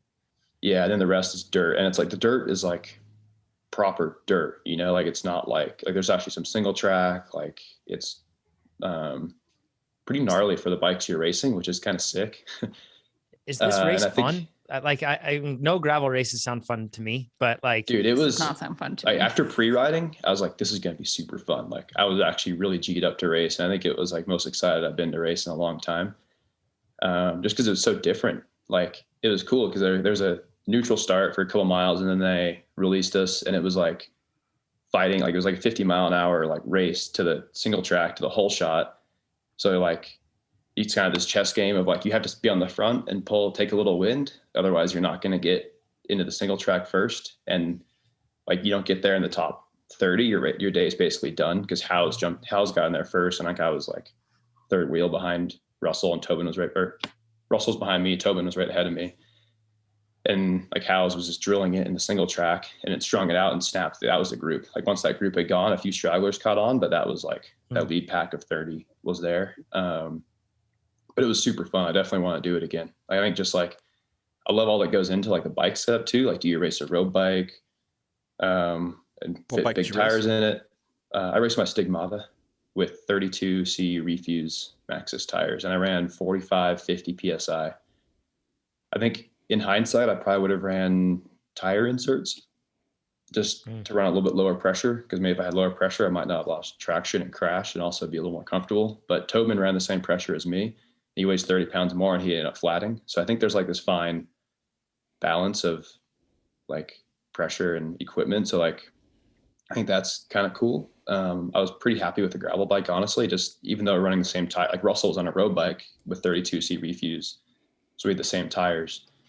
But I think having that little bit of slacker geometry really helped in the dirt. Like I felt really comfortable on all the dirt, but also would have been fine on a road bike. So I think there's so many different ways you can go about it. And there's like, do you run a single trainer? Do you run a double? I ended up running a double with a 48-35 in the front, and then a 10-28. And that was about right. It would have been nice to have a little bigger cassette in the back so I could stay in the big ring more, because the smallest gear was fine for me. Yeah. But 400 to 450, make it say it. Yeah. I definitely spun out the 48-10. So I think that's about the biggest gear anyone had. Like, I think there was some 52-11s, which is about the same gear, but I don't think anyone had a proper double. Everyone had a compact, or they had smaller than a compact. So there was, I just love all the strategy that went into it. And it was cool. Like, you had the whole shot, and then you had some road racing tactics, and you had a long gravel climb. Like it was just such a different event. And then you had to work on feeding and all that, which I think that's one thing I could have done better too, is like, this does not sound fun. Did you not eat enough? Is that why do you think you popped and I think only barely 200 watts? I think part of it was the chase back on, and the other part was like, I think I ate enough calories, but I didn't get quite enough electrolytes for how much water I was drinking. Cause I had all my drink bottles, like we had hand ups, and I had electrolytes in there, but I think I was grabbing neutral waters from the moto. And I think I should have brought more electrolyte tabs, like either pills or whatever with me to take those. Cause I was drinking so much neutral water that I think that's part of the reason I started to cramp. Cause I don't really ever cramp even in long races. Like it's pretty rare. And I started cramping at like mile 100. And I was like, man, this is going to suck. Like this is a long ways out to start cramping. And I mean, I think like Russell said, he started to cramp, Pete started to cramp. I think I got locked up to the point where I had to hop off my bike and like slam a gel real quick and then get back on and fight through the cramps for a bit. But so I think that's part of it. I also might have done a little bit too much work early on. Like I think I was a little bit stressed about, I didn't know the entire course. I didn't know exactly when we'd be going into dirt. I didn't know if that dirt was single track or if it was fire road. So I was trying to stay in the front, and in hindsight, I could have chilled out in the back a little bit more and just taken a little bit less wind. But yeah, so that was BWR. It's nice to hear you're human. What was the last US race that you lost? Like before this? It's been a long time, right? Yeah. You lost a cross country race in Fayetteville. Yeah. But I mean, you win more than you don't win in the last few years, right? Yeah. Besides that race, I can't think of another race you've lost in the last like year and a half. So it's like, welcome to it, man. Yeah. But I also like how hard it was. Like it was one of the harder races I've ever done. Like I looked down at my Garmin for the first hour, my MP was like 340. And I was like, dang, this is sweet. Like this is just a hard race. Like I did like almost set a 5-minute power PR, getting into the single track. And then I think for the first half hour, my NP was 380, which is pretty sick. Like there's no road races that are that hard. There's no gravel races that are that hard. So it's like, because everyone's on the limit, like no one's going to get dropped, because if you get dropped, then you're out of the group. So everyone's basically just going as hard as they can. And like everyone behind you is working just as hard or harder, because there's a little bit of like yo-yo effect in the single track. So let me recap here. It starts as hard as a cross country race, but it lasts longer, that hard start. You ride a road bike, but you can get flats and slide out at any point. Almost half of it is rough road instead of smooth road. It's extremely hot. You climb through these like weird suburban neighborhoods. Like it's like, and everybody I saw at the finish line, and it's super long, and everybody I saw at the finish line looked like they had, been through something. It was pretty rough looking. So yeah, but it was, if that's your sort of thing, BWR is there for you. I'm out. You love it, John. I know you love that start. Like the hecticness and the fun, like your adrenaline is just like through the roof as you're trying to fight wheels for this single track. And it was awesome. It was like that. Such a long on a road shot. Bike against roadies on road bikes. John would love that, because heck yeah, as long as no one's in front of him. This is going to sound super egotistical, and it is, but like I just can't. It's hard. I cannot stand watching road racing and watching the descending that goes on. Like it's just ridiculous. It's hard to watch sometimes. It's hard to watch. It really is. Yeah. It's like, come on. Like you'd like that John, too. There's some pavement descending. There's some gravel descending, and yeah, it's pretty fun. So John out descended me on his mountain bike when I was on a cross bike with slick. Boy can descend. I was like, damn. Which descent was it? Geiger. Yeah. Mm-hmm. We were doing some intervals, and then he was like, this descent is fun. You can pedal. You can rip it. I'm like, oh yeah, cool. I'm good at this. And then he's Ivy like, and I were ripping. Bike, and I'm like, whoa. I think I hit 160 RPM in my 3610. So we were ripping. We were going fast. That was just trying to hold on to Ivy's wheel. So. John, do we have time, speaking of hard races, to talk about Leadville? I've wanted Keegan to do Leadville for so long.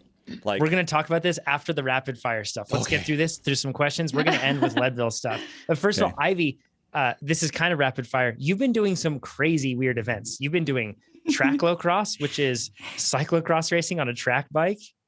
Terrifying. It is. If it sounds stupid, it's because it is. Like it's ridiculous. I like it so much. But you've also done like bike pack, or you did bike packing. Was it on a fixed gear bike as well? No, we rode gravel and cross bikes for the bike packing trip. Thank goodness. Across the Sierra Nevada, like you went through the whole mountain range. They did 100-mile fixed gear ride. Is that right? Yep. Like Ivy, you've raced internationally in the pro women's like races. You've done mountain biking, you've done cyclocross, you've done all this stuff. why are you doing all of these other events still? Like, because a lot of people would think that like, oh, you just do the stereotypical premier one. So I want to hear why you're doing those sort of events.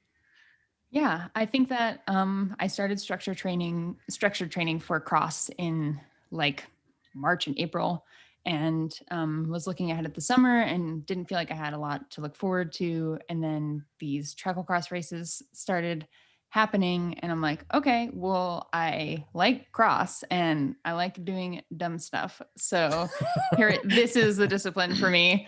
So yeah, and it's crazy because there are no, it's a fixed geared bike. There are no brakes. You don't add on like rim brakes or anything. So you just like do a cross course with like single track and weird features, and you just have to like controlled skid to control your speed. Like it's crazy. And that like fun aspect of it has totally rejuvenated me. Like training feels, because like all that training has helped it too, like helped it be more enjoyable. And the same with that 100-mile fixed gear ride. Like that's for sure the longest fixed geared ride I had ever done. What's that? Are there barriers in this track cross? No, there aren't. There are definitely like features like Do you have to get off your bike, I guess? Usually most people have to get off their bikes. Yeah, sounds like either really not Ivy. Sounds like Ivy's sounds like Ivy's bunny hopping. She's like, some people do. No. But yeah, I mean, it's hard to. I mean, with your pedal stroke, it's not like you can do a normal dismount and like swing one leg over and coast. Yeah, you'd be like bobbing up and down trying to get off the bike. Like, so dismounting is kind of crappy enough as it is. I can't imagine trying to get off. It's so sketchy. Yeah. So if you like know that you have to get off your bike, you have to do like a kind of like a skip skid to like set your feet before you dismount. Like it's weird. It's tricky and bizarre. It's such a fun, rowdy discipline. I love it. But yeah, so all of this, it felt good to feel like I had some fitness doing this stuff that I normally would really stress out about. Like I'm not a bike packer. I'd done one trip before, and this was like a pretty big ride. Like we did almost 15,000 feet of climbing, and it was really tough. And actually on the Squid website in their media and journal page, there's like you can see all of our routes, and there's like a daily like photo journal thing. It's pretty cool. So you can see what we did. But I would normally be super worried and nervous about stuff like that. And it was really fun. And I was with a good group that made me feel like safe, and like there were all these controlled variables for nutrition and water. And I, thinking about that stuff before going into like 100-mile fixed gear ride, like to not worry about like where are we going to get food and water. And it just made it really fun and refreshing. And now you're stoked to train. Yeah, exactly. It was awesome. So yeah, do scary stuff that maybe is outside of your norm. It feels good. Nice. Do BWR, in other words. Rapid fire question. I'm not that crazy. Like do small, scary stuff. Just, small. This one's from Reinholm. It says rapid fire Olympic picks, mountain bike and road race go. Van Vleuten for the road race. That's what I'm going to say for the women's. And Vanderpool is just, that's it. He's doing them all. He's not doing the road race. He's just doing mountain He's still going to win it though. Can we talk mountain bike first then, I guess? Like, cause that's like everyone thinks that Vanderpool's going to win it, but I don't know. Maybe Pidcock can win it. What do you think, Keegan, having raced those guys and missed out on the Olympic qualification? Man, that's it. I don't know. I think the race is pretty open. I think, honestly, I think Nino's going to be really good. I think it's like he hasn't beaten those guys like a ton this year. But he seems like he always managed to peak well for the Olympics. And I think he's going to be a hard one to bet against. I think Pidcock do well. Flukinger's obviously on another level right now as well. But I think that course suits Nino pretty well. And I think he's going to win. What day is it and how can we watch it? It's Sunday night here in the United States, I believe. And it's at like 11 p.m. That's the men's race? It starts. I believe that's when the women start. And I think the men race thereafter. I could be wrong, though. The men are actually first and the women either the next day. Okay. Both at the same time, though. Like separate days. Yeah, I got to watch Sophia. What's Sophia's goal? Sophia's going to win the women's. I'm just going to bet it. There we are. That's a proper teammate. Yeah. Yes. Anything's possible, man. Like it's the Olympics. It's crazy, and there's also only 30 racers or so. So I think that really changes the dynamic a lot. Like I know like Sophia's been having a bit of a hard time with the World Cups just because, you're racing with so many people. You can't ride your own race. I struggle with it too. Like it's hard to race other people's race when you're used to riding off the front or whatever. So I think that's going to play into her advantage for sure. And also others.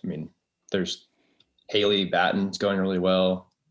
Kate's obviously going to be good. Aaron Creek, of course, for Aaron Huck. So I think there's it's anyone's race, in my opinion. Even though LeConte's been going super fast, maybe she's pushed the needle a little too far. And who knows? Yeah. We'll I don't think Vanderpool's going to win. And the internet, especially the roadies that don't really follow mountain biking, but kind of, they know that Vanderpool's racing. They probably think I'm insane for saying that. And they think I'm dumb. And I could be very wrong, but I don't think he's going to win. The course is just, he's a huge FTP. He's a very technically skilled rider, that sort of a thing. But I just don't know if he'll win against the smaller riders that we have, like Pidcock, Flickinger. Nino also is a smaller rider, relatively speaking. He is. Nino looks bigger, but he's also only like 5'7". Like he's not very tall, and he's not. He also looks like he's pretty lean right now. So I think it'll be. And I think Vanderpool's just a little too big. I just hope he doesn't win. I don't want Vanderpool to win. Nothing against him personally, but because he wins everything. Yeah. It'd be better if a mountain biker won the mountain biking Olympics. Yeah, I agree with that. Yeah. So no Pidcock either. Yeah. The road race, I have no clue. I don't even know anything about the road race. I don't know, but I'm just gonna say Annemiek van Vleuten because she's an absolute beast. I don't know in the men's race. Haven't a clue. Roglic, I think. Yeah. Be good. Yeah, that's true. Right. Dropped out of the tour because of those crashes. Yeah, I think he'll be. I don't know what the finish is like though. Yeah. I know it's got a lot of climbing and it's super hard. So I think Roglic will be good for the men. And then probably agree with you for the women. I don't know the women's field super well, but I know she's been fast. So yeah. That would be cool too. Does anyone know when that's on? I think it's later. I think it's like a week later. I could be wrong. Yeah, because I don't know if how many have even gotten there yet. Like I know you're not allowed to go super early. Like everyone has to go in like a few days before, then you immediately have to get out of there once your event's done. So yeah, talk about a weird Olympic experience, huh? So yeah, like Sophia gets home next Wednesday or something. It's like going to Tokyo for less than a week. Like it's pretty wild. Crazy. And don't even get to see anything in Japan, right? Because you're just and can't watch any other events. You literally you get in, you do your race, your event, whatever, and you get out. Wow. It's crazy. Okay. Wout van Aert, how in the heck does he do it? Winning a sprint, climb, and TT. That one's from Chris. I don't know how he does it. I don't have an answer for that one. Did Merckx win TTs, like flat TTs? I'm sure. Because he won sprints and climbs. Yeah. That's the last rider that's done this sort of thing, right? Obviously Eddie Merckx was more dominant, but it's just crazy. It's crazy. Oh, I know how. It's nuts. He throws it in 400 and then sometimes goes at 450. Yeah, exactly. Probably about what he does, but he does it for hours. He goes with 2 to go. Goes 2 to go. Yeah, right. He did that on Von 2. He was like, we have two times up Von 2. Here I go. Now is when I go. So yeah, that's what Wout did. Yeah, that's right. It's all the same. Yeah, we should study this. These are the keys to success. Keegan has them. We joke at them, but they're actually real. So it's just insane. Yeah. Question for adaptive training. He says it's an adaptive training related question. Not sure this has been addressed before. How does adaptive training deal with successfully completing 2 workouts back to back? For example, Pioneer is a tempo 4.7 workout. If I successfully complete it twice in the same day back to back, is now my tempo level 9.4? In other words, does it add up? Do you want to clarify that, Nate?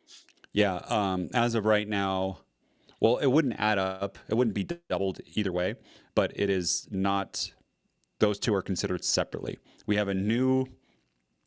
This is good to talk about. Ivy will thank me for this. So, adaptive training. We've got over 10,000. I think we'll just say we're letting a lot of people in. The one thing that we have an issue with now are outside Wahoo workouts getting categorized by adaptive training correctly. That is because those workouts go from Wahoo. I'm going to get technical. Wahoo through Strava to us. And we don't know the TrainerRoad associated workout that happened in that. when it comes from Garmin sends us this workout ID so that we can associate it. And that's how then our ML looks at it, looks at what the workout was supposed to be, does the adjustments for outside, and then figures out how well you did in that. So we were thinking about some ways to improve that. But instead what we've done is we have engineers working on categorizing unstructured rides into the correct category. So what that means, anytime you go do a ride, so Belgian Waffle ride, Keegan would get credit for... I hope so. It's a lot of TSS. A lot. But you get also VO2 max, threshold, endurance, like multiple zone credit for that ride. And what that does too is the Wahoo ones that come in would also get categorized correctly, credit for that. And that will be the new system that categorizes all rides. So for this one, Pioneer, if you were to add it to one, we'd be able to give you that extra credit at the end of the ride, which today we don't do. So if you ride, if I did like a threshold ride, 2 hours of threshold intervals, and then I add an extra aerobic, you don't get extra points for that aerobic at the moment because that wasn't part of the original TrainerRoad ride. But this new approach that we're doing, which is in testing, it works, but we have to tweak it still, then you will get points for it. So that's pretty much the final. We're going to release adaptive training to everyone before that piece is done, just because there's so much benefit for all the people on doing TrainerRoad rides that then can adjust your training. People doing outside workouts and unstructured rides, that will come in later. And then in this situation, depending on how much time there is, I'm not really sure. This might just be something that we don't do logically, but code in or feed into ML. But depending on how much space there is, like if you did it within the 5 minutes or 10 minutes, I would think I'd want to just put it as one workout with that. I'm thinking out loud here. I think you can make it into one workout and just count that middle part as a rest period, right? Like you weren't pedaling. So if it took 20 minutes, then we could do that and you could then get points for that. That sounds like a good approach. And there's engineers here going, oh my goodness. Make it so. Yeah, Make exactly. it so. Yeah. People's hair. That's not a priority for production, or for launch, so everyone knows. So just to clarify one more time, because he's adding 4.7 plus 4.7 equals 9.4. When you do workouts, it's not like you're adding up points from the workouts to get where you are. It's just the workout is at a specific level. And when you complete that workout, it shows that that's where that level is for that energy system. That's a way to think of it. These are like benchmarks. These are not like points that you add up. To more directly answer that one. Okay, this next one from Kent, and we'll probably end on this one. He says, at rapid fire, says, how often do you change your bibs? To clarify for Chad, not how often between washes, which by the way, Keegan, if you didn't realize, Chad, we all like washed our bibs every single time we rode, but Chad said that sometimes he saves them for later, which is like, we all lost it last episode. We're not okay with that. So that's the context that you're lacking here. Anyways, he says, how often do you throw out old bibs and get a new one? If it helps, assume you have a couple in rotation and wear each one twice a week. And yes, washing between each wear, Chad. Thanks. So how often do you switch out to new bibs is a question. Keegan, you go. The back panel. Oh, go ahead. I think it's a very direct answer. Yeah. If the back panel is see-through. That's a pretty good giveaway. Or if the chamois gets packed in. Yeah, if the chamois packed in. Like I'm lucky enough that I get new kits almost every year. So it's not something I've like really thought about. I guess I do kind of look at them because the old kits, I like to just give them away to juniors or whoever needs the old bibs and jerseys. But if they look too clapped, I just throw them in the trash. So I guess I do kind of have the same thing. If you can see through the back of them, or if they're just beat, I just throw them away. But if they still look good, then I give them to someone who can keep using them because I don't want to throw away something that's still good. Yeah. I wear different bibs every day. If I'm going to train 6 days, I don't wash and rewear a pair of bibs in that week. So I've just collected bibs over the years, but since I wear them so little and I have way too many, I mean, from like 3 years ago, even 4 years ago, I have bibs that I've worn only a handful of times, but like, because I rarely wear them, they kind of last for a long time. So I don't really know how to answer this one, but I do think drying them helps too. Yeah. Like hang drying, I guess. No. Yeah. Yep. Yeah. So I go probably longer than most, but that's because I just haven't thrown them away and I've made sure that I like wear them sparingly. I probably overlap like once every 2 to 3 weeks. I wear the same set. So they don't get much use. Okay. I'm going to say mine. This is my luxury thing. and it costs a lot of money, but it's part of the business and I want to be comfortable. What I do, so I have the TrainerRoad kits, and I try to only wear those on times where I need to be branded, because those do cost even more money. They're hard to get, and you don't want to keep ordering them and get them run out. And then I have a set of Quarry, like silver, I think the silver I like pretty well. And I also had some like Chief Rafa or anything I can get on discount. And when I see them, I try to buy a bunch of them.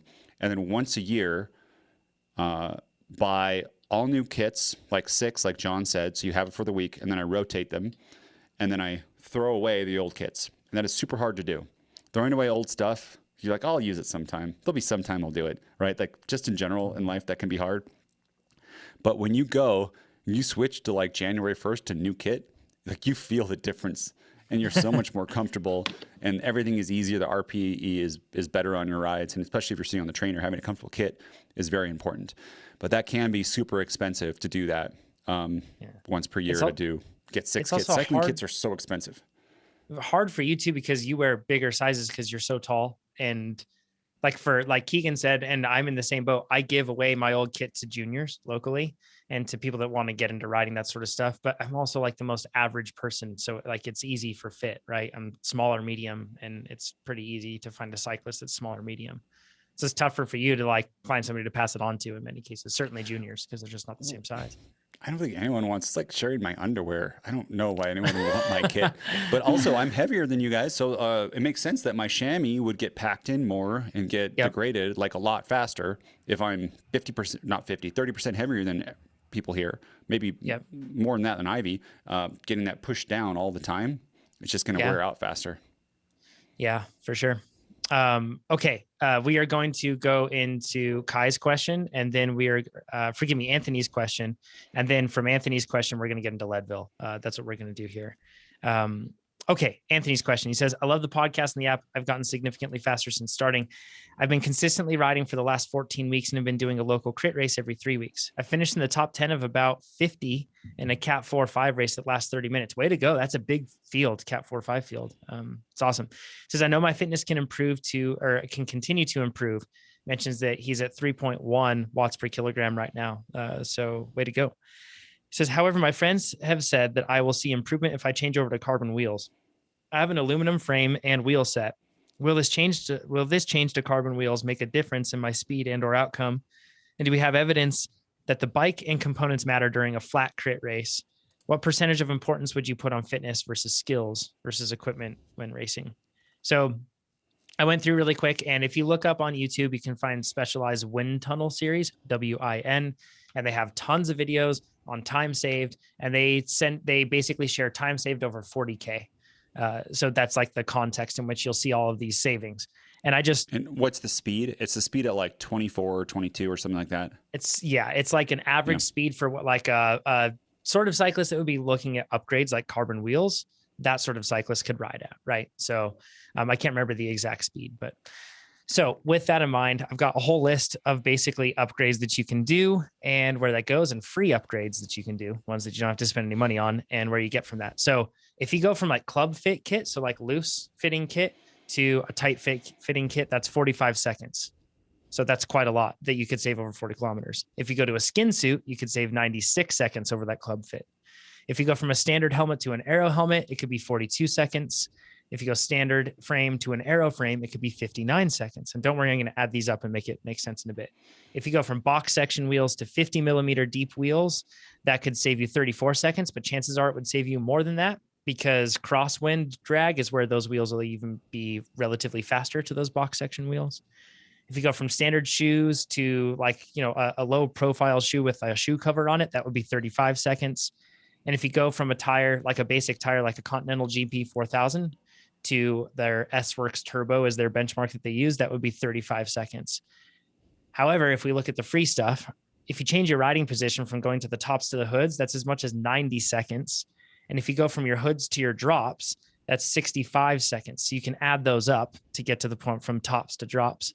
And then if you do like the resting arms in the middle position, that's now outlawed, of putting your forearms on there, kind of like a TT position, that saved as much as 3 minutes in the test that they did. Because that's really probably your biggest get, is changing the position of your body. Wow. If you are hairy and you shave your legs, you could save as much as 82 seconds. If you're not very hairy, you could save as much as 50 seconds. Is that true?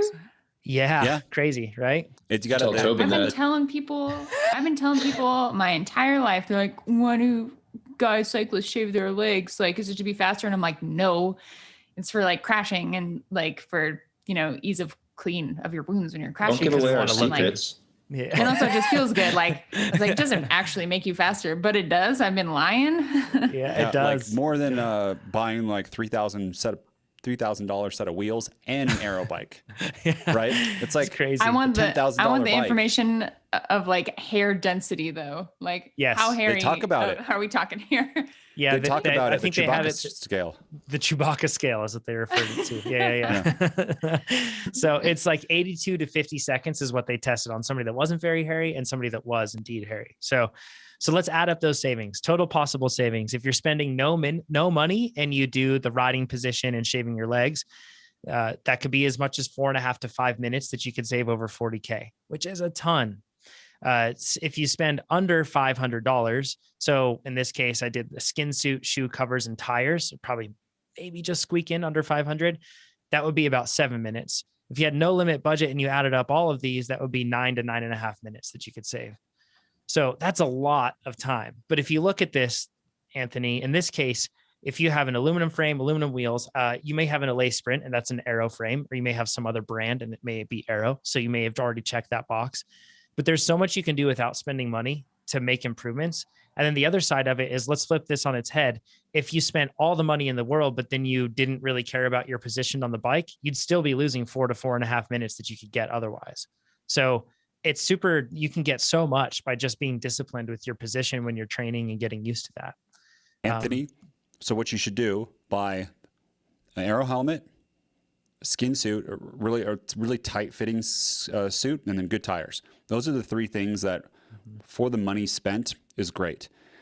I wouldn't worry about especially if you're just riding with your friends, the carbon wheels and the aero bike aren't really that important. If you're going for race wins and that's really important, you really have to be into it because that gets many, many thousands of dollars. But the helmet too, you're going to buy a helmet no matter what.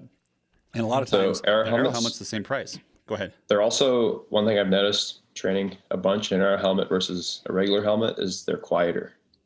It's like nice. You get less, there's like less turbulence noise over your head, around your ears, which and so that when you're riding a lot, it makes a difference. Like, yeah, you don't think that it would, right? But it actually Yeah. does. Like there's a profound difference, just less wind noise. I don't know what it is. It just helps a lot. What aero helmet do you run, Keegan? I have the Giro Vanquish. Yeah. That's very fast. It's all I use. And it seems like it's cool enough. It doesn't feel like it's ever hot and it's fast. And even for mountain biking, I feel like most of the time you're going fast enough that, like, as long as your aero helmet isn't making you slower because it's hot, then you might as well. Yourself. Some of us are going very slow. But at some point you're going to be going fast, going downhill, and True. maybe it'll help or on the flats even if it's for a few minutes. If it saves you 20 seconds, maybe that's all you need. Yeah, absolutely. The only thing I would say about this equipment stuff is if Anthony has aluminum wheels that are like outdated and like aren't able to be set up tubeless and like only accommodate really narrow tires, like maybe that would be a reason where you don't necessarily have to get carbon rims, but like something that would accommodate like a cushier, wider tire and like tubeless, just for all around like one set of wheels for training and racing, and like being able to like take corners faster and feel more comfortable racing. Like that's where I could see it could be helpful. So Tubeless hopefully is your also friends just faster aren't. than tubes. Yes, it is. Yeah, totally. So like, hopefully your friends aren't just gatekeeping, and maybe there are some gains to be made out of new wheels. Yeah. If you're getting faster than them on inferior equipment, they will be upset. So that's how it works. Anthony, too, I would not buy carbon wheels unless you have a disc brake bike. I would actually do that first because of resale value and stuff. And if you ever want to move to another piece of equipment, it's going to be a lot harder to sell the rim brake stuff in the future, especially over the next few years, because everything's moving to disc. And disc is very, very nice. And then I think there's advantages too, the way they make the wheels. So I said you can make them a little wider and have less weight and run tubeless and stuff like that. Yeah. And then he asks, basically, he says, do we have evidence that the bike and components matter during a flat crit race? Absolutely. There's this assumption that you're always in the draft, but you're always hunting for clean air and fighting something. So yeah, it absolutely makes a difference. Sure. I mean, if you are somehow perfectly protected and you have a little bubble of riders that are always around you and you never see air, yeah, then obviously it's not going to be as advantageous, but even then it's still making a difference. Like, yep, especially if you have, like, especially the big things, like just tucking your elbows in and like having an aero kit, like if you're sitting in, you're still working, like it's still only 30, you're still only working 30% less sitting behind someone. So if you can take another few percent off that by just being aero behind them, makes a big difference. Now, if you look at this, his last question there, he says, what percentage of importance would you put on fitness versus skills versus equipment when racing? And specifically in this case, crit racing. That's the big deal right there, is you can either spend a huge amount of money and time working to be able to afford these things, or you can look at it like fitness. Honestly, so much of us listening to this podcast, we have low hanging fruit.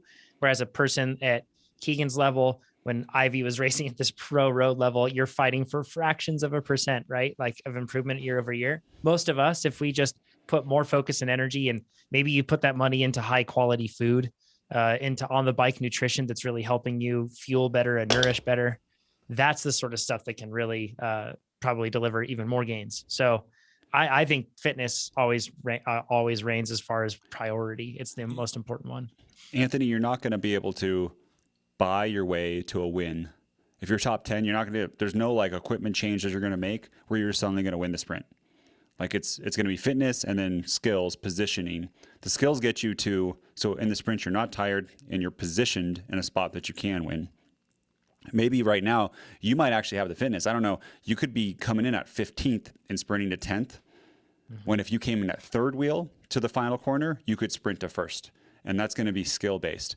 And then it's also always a combination of fitness too. I don't think I've ever seen it where there's like a person coming in 15th wheel and they sprint, like they pass everybody. That doesn't happen. Maybe right? Diane, the question we answered earlier. Diane will do it. Diane is rolling people. I mean, if Keegan showed up in a Cat 4.5, he'd probably do it too, but it doesn't happen very much. But that being said though, I have lost a points, like a place by like a quarter of a wheel. I've been like, I need a lighter bike. It was uphill. Let's buy that bike. And then I bought it. And then it was the same weight as my bench. And I was like, no. That was one of my favorite things. Right away. Yeah. We got on the scale and it was like the difference were the tires. I had GP 5000s versus the Vittoria Corsa Speeds. And the weight difference of the tires was the weight difference of the two bikes in the extra large. And for some reason, Specialized didn't want to make the SL6 tarmac light in the extra large. So like, let's just make it the same weight as the Venge. Well, it also had a lot of paint on it. And your Venge was black, wasn't it? Yeah. But it's still, it's got a matte paint. I mean, paint is like half a pound. Yeah. At least. And that bike was like a gloss. It was like a gloss paint and it was like a red, which is heavier than other colors. So I think it was the only one I could get. It was a Ronald McDonald bike. It was so funny. Like Nate did not want to get it because of the color, but you were just like, I need the bike because it's awesome. Lighter. And I swear they used the eyedropper tool on the like fry box. They were like, there's the red and there's the yellow for the S-Works. So, and we actually, I was so disappointed when I weighed it. I was expecting like 2.5 pounds and it was the exact same weight. Nate was bummed because it was not heavier. And then I think that this was ill timing of us, but we went and got McDonald's French fry boxes and we put them around his bottle cages.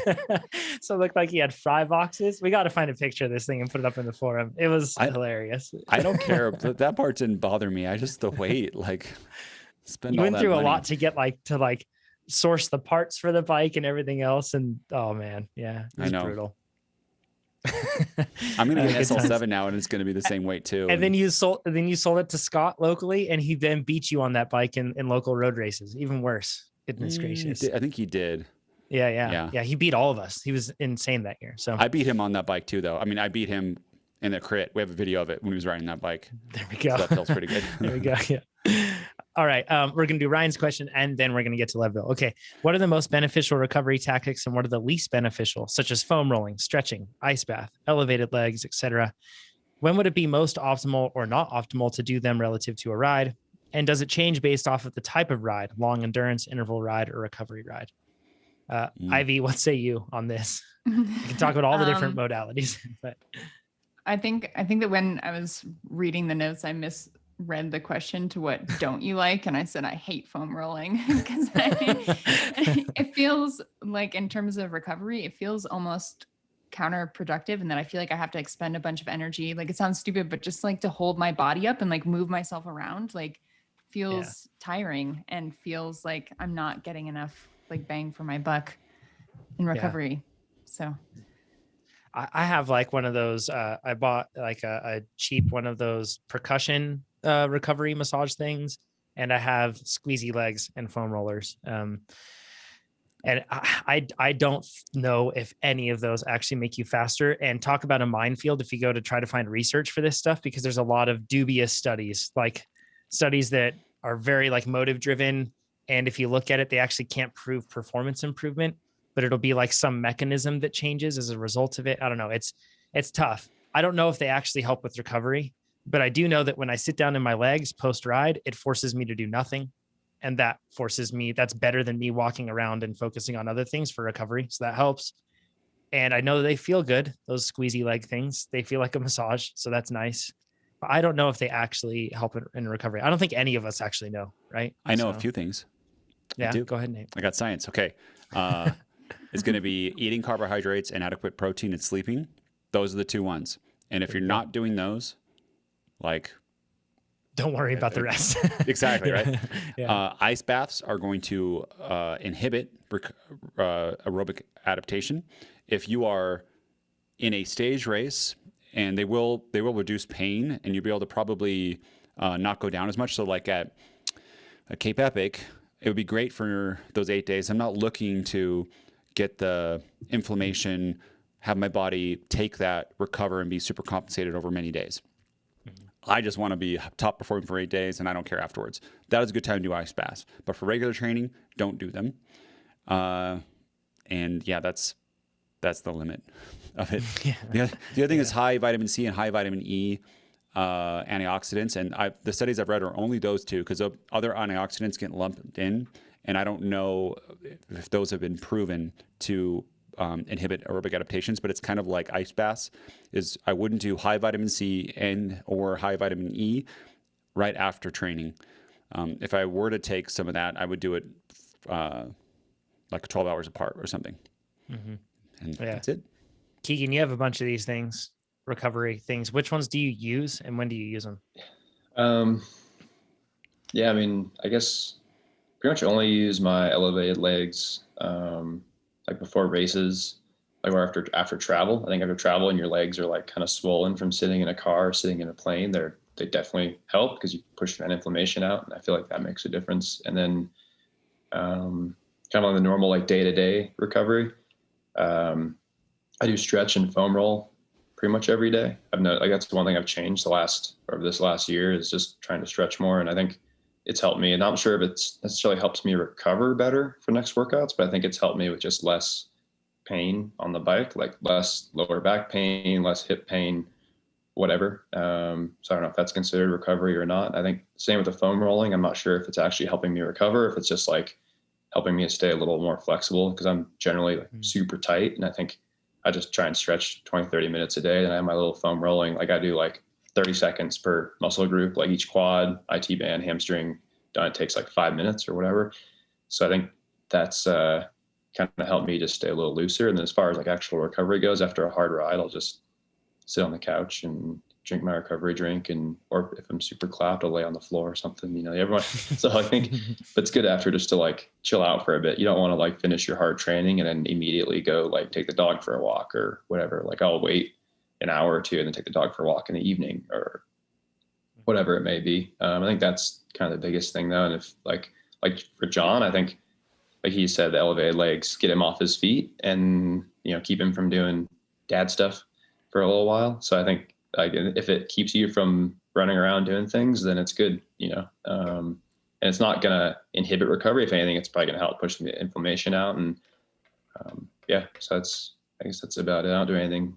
I don't like ice baths, whether they helped or not. I probably wouldn't do them because I hate them. just makes me all like itchy and kind of swollen. So I try and avoid those.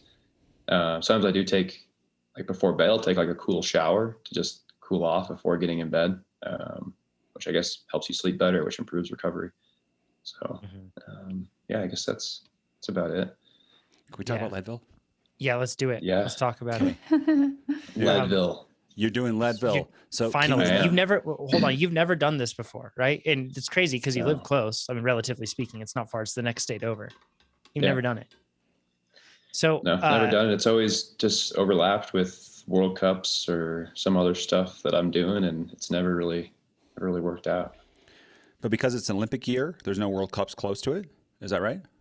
Yeah. No, I think it's whether there are or not, I don't know. I'm focused on Leadville this year. So it's anything else matters. Hardtail or full suspension? That's actually a good question. I don't know yet. Kind of leaning towards a full suspension just because I really like the way that bike feels. Like, I know it's crazy. I have like the same fit on both bikes, and in theory they should both be the same, but for whatever reason I like the full suspension slightly more. And then it's also just a long race, and even if it is smooth and there's pavement and there's dirt, like smooth dirt road, I think it just takes that little bit of the edge off. And kind of leaning towards that right now, but I'm going to bring both bikes and I'll go pre-ride and decide there. But right now I'm going to like kind of plan on the full suspension, I think, and then I'll make the call once I ride the course. This is a great point right here. A lot of us amateurs are always like, which bike should I run? And you'll see us amateurs go for the one that's like more restrictive because I think that it's like faster. But Alex Grant, we had on the podcast at Leadville, and he's like a multi-time top, like podium finisher. Like I think top 5 at the very least, but incredible athlete, also extremely wise with his choices and equipment choices. And he thinks that a full suspension is the bike to use there. You just want to be comfortable, like that, if you're more comfortable over the 6 hours or however long you're out there, then like you're going to be faster. And I think full suspensions now, the penalty is pretty small. Like my hardtail with a high post and like the same tires and wheels is probably like 19 pounds or something. And my dually's like probably under 22. So it's like probably 21 pounds. So it's like a couple pounds. It's like, it seems like a lot, but it's not a ton. And if it's going to make you a little faster, then it, helps. So yeah, I'm not 100% sure. Yeah, I might go for a slightly longer, lower stem, for sure run the high post. And then still not sure on tires yet either. I've got a few different options I'm going to play with, but I won't go anything bigger than a 2.2. I don't think. I've got like some 2.2 Aspens. I might try some smaller tires. But then need to decide on chainring, probably run 36 tooth chainring, maybe 38. I don't know. Have to pre-ride and see. But I think you could do a 38. And I think it would probably be better. I could also run the because 52 cassette, and I could run the 38 as well. So that's also an option. Have that bail out.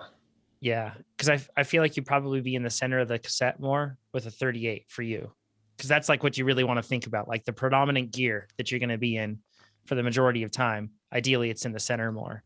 Yeah, so, as long as you have to use the 50, because you don't want it. The 50 is not very efficient when you're like all crossed up. So I'd rather be at the bottom of the cassette with a 36 than be at the upper end of the cassette with 38, I think. So I don't know. Yeah. Have to decide. I want to clarify this on the forum too, like, because there was a discussion all about this and people saying that me advising people to go for a smaller chainring on Leadville was bad advice. And I never once spun out on Leadville in a spot where I would have pedaled. Never, like at all. So going down Columbine, that was fast, but I wasn't going to be pedaling then. Like it's fast enough that there's no point, right, Nate? You're tucking. Exactly. I am hitting the brakes and scared out of my dear life. Yeah. Yeah. And then on all of the road sections, there wasn't a single time that I ever like, oh, I'm spun out and I'm losing time. Never. However, when you go up Powerline and when you go up Columbine, for the majority of people listening, Keegan is weird. Like, let's like keep him as the outlier over here. He's not the rest of us. So like for the majority of us, I think I had a 32 and I had to get off at one point on Powerline and walk because it was so steep and so hard at the end. But not only that, there's the walk off point, but then all the other times where I was completely bogged down, and I was just like grinding away because the steep climbing on Columbine and on Powerline is a long climb. It lasts a long time when you go back. So I think that there, and also there's this concept that like, oh, well, you know, I'm going to spin out and that's why I need to get my gearing for the high speed stuff. You don't. And there's Keegan's level where it's like, I'm optimizing my chain line, but the majority of us are going to lose a whole lot more time because we're out of gears on the steep climbs. So that's why you want to go for lower gearing. So, yeah. So both of those, it's like a macho thing to be like, I'm going to hardtail and run a 36. And pros win this thing on dual, like a full suspension bike, and they're on a 36. And the reason they can do a 36 is because they're 6 watts per kilo. Exactly. So unless you're 6 watts, unless you're like, your name is Russell Finsterwald, like, if you're not in Keegan's group, I would not be going for anything. Even a 30, for me, a 32 was 3250. Man, I would say you should be over 4 watts per kilo at sea level for sure. I did a whole thing in it on the forum before about what size, but if you're not over 4 watts per kilo, I would be going 30 or less on that course. It is the power line back is when it gets really hard. And it's, you know, that power line climb, Keegan, it's just like the Telluride climb. That's the kind of the steepness and difficulty of it, except you're just trash because it's way farther into the race. And one more reality dose too. When I was going up Powerline, I was one of the only ones riding it. And I got an 8-hour time. Okay. So like I was 8:14 and I was one of the only ones riding it. So all those other people were walking, and why? Because they were out of gears. So all of those people probably blew themselves up before that with not having enough gears on Columbine, and then blew themselves up even worse, having to hike and push their bike up that climb. If they had more gears, they probably would have been faster. So like we see pictures of people just hammering and they're really fast, and we don't think of how we're going to feel 7 hours and 6 hours into that ride. So hydration pack, Keegan? I don't know. I haven't really even gotten into feeding or any of that planning yet. Hopefully not. Nice. I think it's a team sport. I don't think I'll need a hydration pack. I think just with 2 bottle cages, I can probably get by. I need to look at like where the feed zones are and all that. But I think hydration packs they're hot and they weigh quite a bit. So I think if you can get away without it, it's obviously hydration is first and foremost, but if you don't need it and there's a way around it, then that's ideal. Sorry, Nate, go ahead. I want to say there's 2 things on this. One, Keegan's race is a lot faster than everybody else's. It's going to be in the 6s, right? Yep. Like it's like somewhere in there. So it's more, it's going to be a lot faster than most people listening to this. And 2, when you're the first person to an aid station, they are ready for you. Like they have the bottles and stuff, and it can be a lot more efficient too at those things to grab everything. And it's easy to see the person, and you're not going to probably miss anything. And you're going to have probably support too, right? At different aid stations, Keegan. People there with your own special Myron will be out there running around. So. Yeah, really fast. It's got to go fast. Also, for amateurs, there's times when you would want to take a hydration pack and times when you wouldn't. Like you don't want to take a hydration pack full of water when you're going up Columbine, for example. Big, long climb. You don't want to be carrying a lot. You want to be carrying the minimum effective dose there, right? Like to get up. Plan it, when you're going to grab your heavy stuff and like try and go to the climbs like as empty as possible. Cause you're just talking about like whether you want to run a hardtail or full suspension, and like a bottle is basically the difference between the two in weight. Like maybe 2 bottles depending on the bike, but like, so it's really not that big a difference. And if you end up like racing your hardtail and you're carrying 2 bottles in your pack up the climb, then you should have raced a full suspension and just not carry as much stuff. So I think go ahead. It's that pipeline to Twin Lakes area, or really the base of Columbine, where you can carry a hydration pack and have less of a penalty. There's a lot less climbing in that section. That's the flat, and I'm saying in air quotes. I did bottles during that section. I like the for amateurs at the beginning, I like a hydration pack because it gets the St. Keegan's. That first climb is so packed, and there's like pass holes who are trying to push you off. You can't reach for a bottle and drink. And it's so important to not fall behind your nutrition stuff. As I recommend liquid hydration from a pack on that, from there to I think Twin Lakes, because it's a lot easier to drink from a straw. But Keegan, you're going to be in a front group with people. It's not going to be packed. Your skill level is much higher than me. You're going to be able to do all the drinks and do all that sort of stuff. And that's not the case. But if you're back in anything, you're in a red corral or back, I would totally do a hydration pack just to, sure. I think most people run out of hydration or nutrition on this race. That is the killer. Not an extra pound over the 9 hours is like, oh, if I was just 1 pound lighter. Not running a 34 instead of a 30, right? Yeah, it's right. I mean, I think that's like what these races, I got to think of them as like, they're basically eating and drinking contests. Like a BWR, that's kind of what it was too. And I think Leadville will be the same. If you're not eating and drinking enough early, then you're just done. So I think it's a huge piece. Whatever it's going to take, if you have to run a pack the whole time and it's going to force you to drink the whole time, then that's what you should do. I think that's like, nutrition is by far the most important piece of any of these endurance, like ultra endurance events, I guess. I would assume you'll run a skin suit for this one. I don't know. Maybe. Yes. There's skin suit, or we have Mara jerseys are like super tight and aero, and they do fit really well. So it kind of depends. I'll have to kind of see. I definitely like more comfortable in a jersey and bibs, and comfort's also pretty important. But I will run the aero helmet. Your skin suit's shoe black, covers, isn't it? Yeah.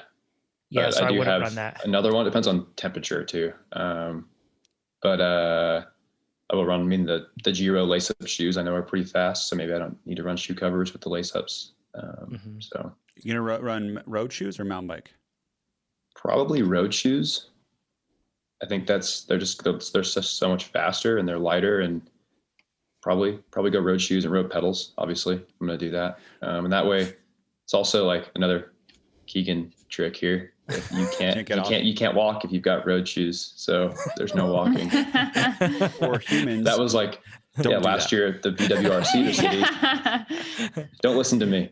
There was a big climb at the end, and everyone's like, "Oh, you might have to get off and walk if it's too sandy and loose." I'm like, "Well, I'm not gonna get off and walk. I'm just gonna force myself to pedal." So sometimes, you can play games with yourself like that. Sometimes you play games you can't win, and sometimes it helps. So normal humans at the top of Columbine, you will be forced to walk because other people will be walking, and it's just impossible to pedal.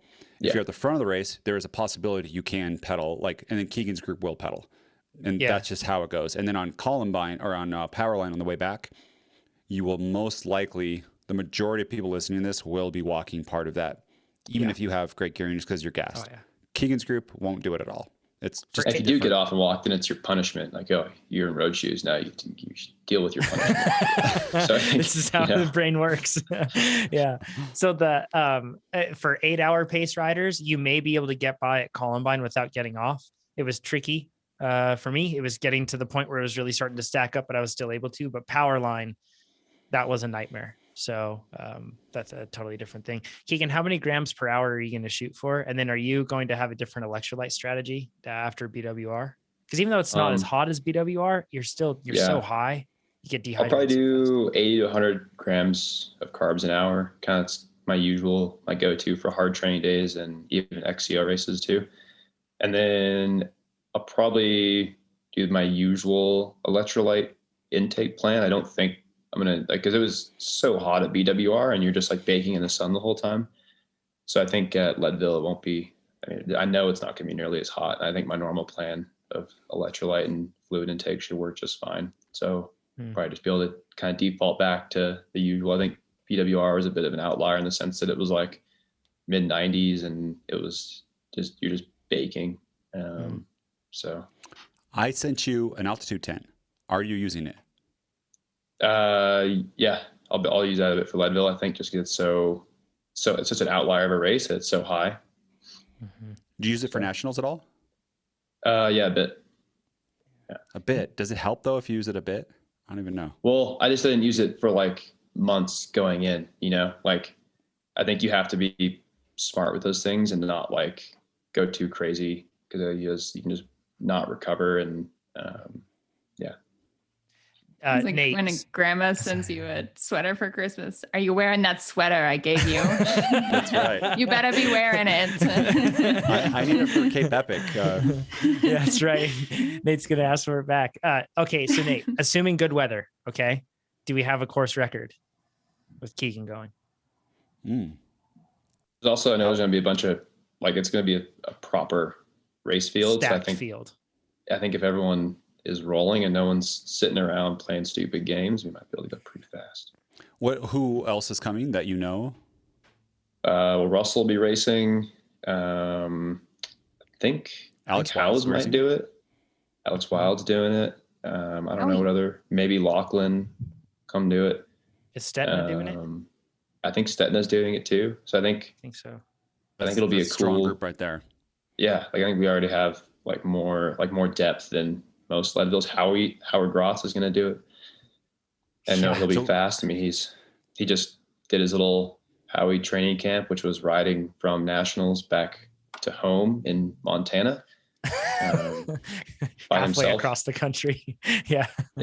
So that's, I think, Howard is definitely going to be one of the men to watch for sure. And he's won it. Well, how many times? Like 3 times, maybe? Yeah, he's won it a few times. So what's the course record right now? Howie, I think. Does or is he? it Albin Licata? I think Albin still has it. I think that year that Albin did it, there was like pretty good amount of hitters, and I think it was good weather, and I think they ripped. So yeah. So I think definitely possible. I mean, that's what I want. I wanted you to race Unbound Gravel, but you couldn't. I think next year maybe. Yeah, because I want you to do both in the same year and win both. That would be never happened before, and it would be. I think everyone wants to see it happen. That'd be that'd be pretty cool. Just think about winning. I kind of want to go to Leadville this year to see the race. You know. There you go. Yeah, I might do it. Yeah, that'd be fun. Yeah, I'm excited. I think that's the race I've always wanted to do. So I'm pretty excited to be able to do it, and the fitness is there. And then immediately after, I'm going to go do Breck Epic. We'll be cheering for you Sunday. Oh, really? Yeah. The next day. Yeah. So I get like a 7-day stage race. It's going to be sweet. That's killer. Dude, winning both of those too would be unheard of, right? No one's done that, I don't think. I don't know. Maybe I know Todd has done the double a couple times. Maybe he won. I can't remember if he won them both. But what about Sophia? Is she going to do Leadville? Can she come back in time for that? Yeah, she'll be back. She's going to be back next week, so she could come do Telluride 100 with me, which I don't know if she'll do it or not. But I'm going to go do that next week. Tires her out like between now and Cape Epic would be great. It also might make her. It'd probably give her more fitness. So we should ask her to like bulk up to like 170. That would so she could pull on the flats too. Just a jacked Sophia. That would... Yeah. Have her hit the weight room because that would help our team. This is going to be good. Well, I'm excited for it. If anybody is listening to this, they're excited to do Leadville, you got into the lottery, whatever else, you can listen to 2 Successful Athletes podcasts that we've done with athletes who have used TrainerRoad to prepare for it. And they share everything that they learn in their execution. They're awesome episodes. I'll link those down below too. I'm sure Jesse's probably linking them in the live chat right now. Keegan, thanks for joining us. This is a last minute jump in. Chad is under the weather and came down with it yesterday and had to bow out late. So I appreciate you jumping in and doing so on such short notice. Ivy, same thanks for having me. Yeah. Doing the same for Amber. I appreciate that. So Keegan, thanks a bunch. Good luck at Leadville, all that stuff. Ivy, good luck in whatever crazy race you're doing next. I'm excited to see what it is. Do I get good luck for Cape Epic? Good luck for your workouts that you're doing. You got a lot of all the help I can get. Yeah. Thank you, John. Yeah. And if you want to keep in touch with Keegan, Ivy, or any of us, you can follow us on Instagram, and our tags are up on the screen right now, or you can find us on there. And also check out TrainerRoad. You can sign up for adaptive training, get access to that. Lots of exciting stuff. Get faster for next year. Thanks, everybody. We will talk to you next time. See ya. Bye. Bye-bye.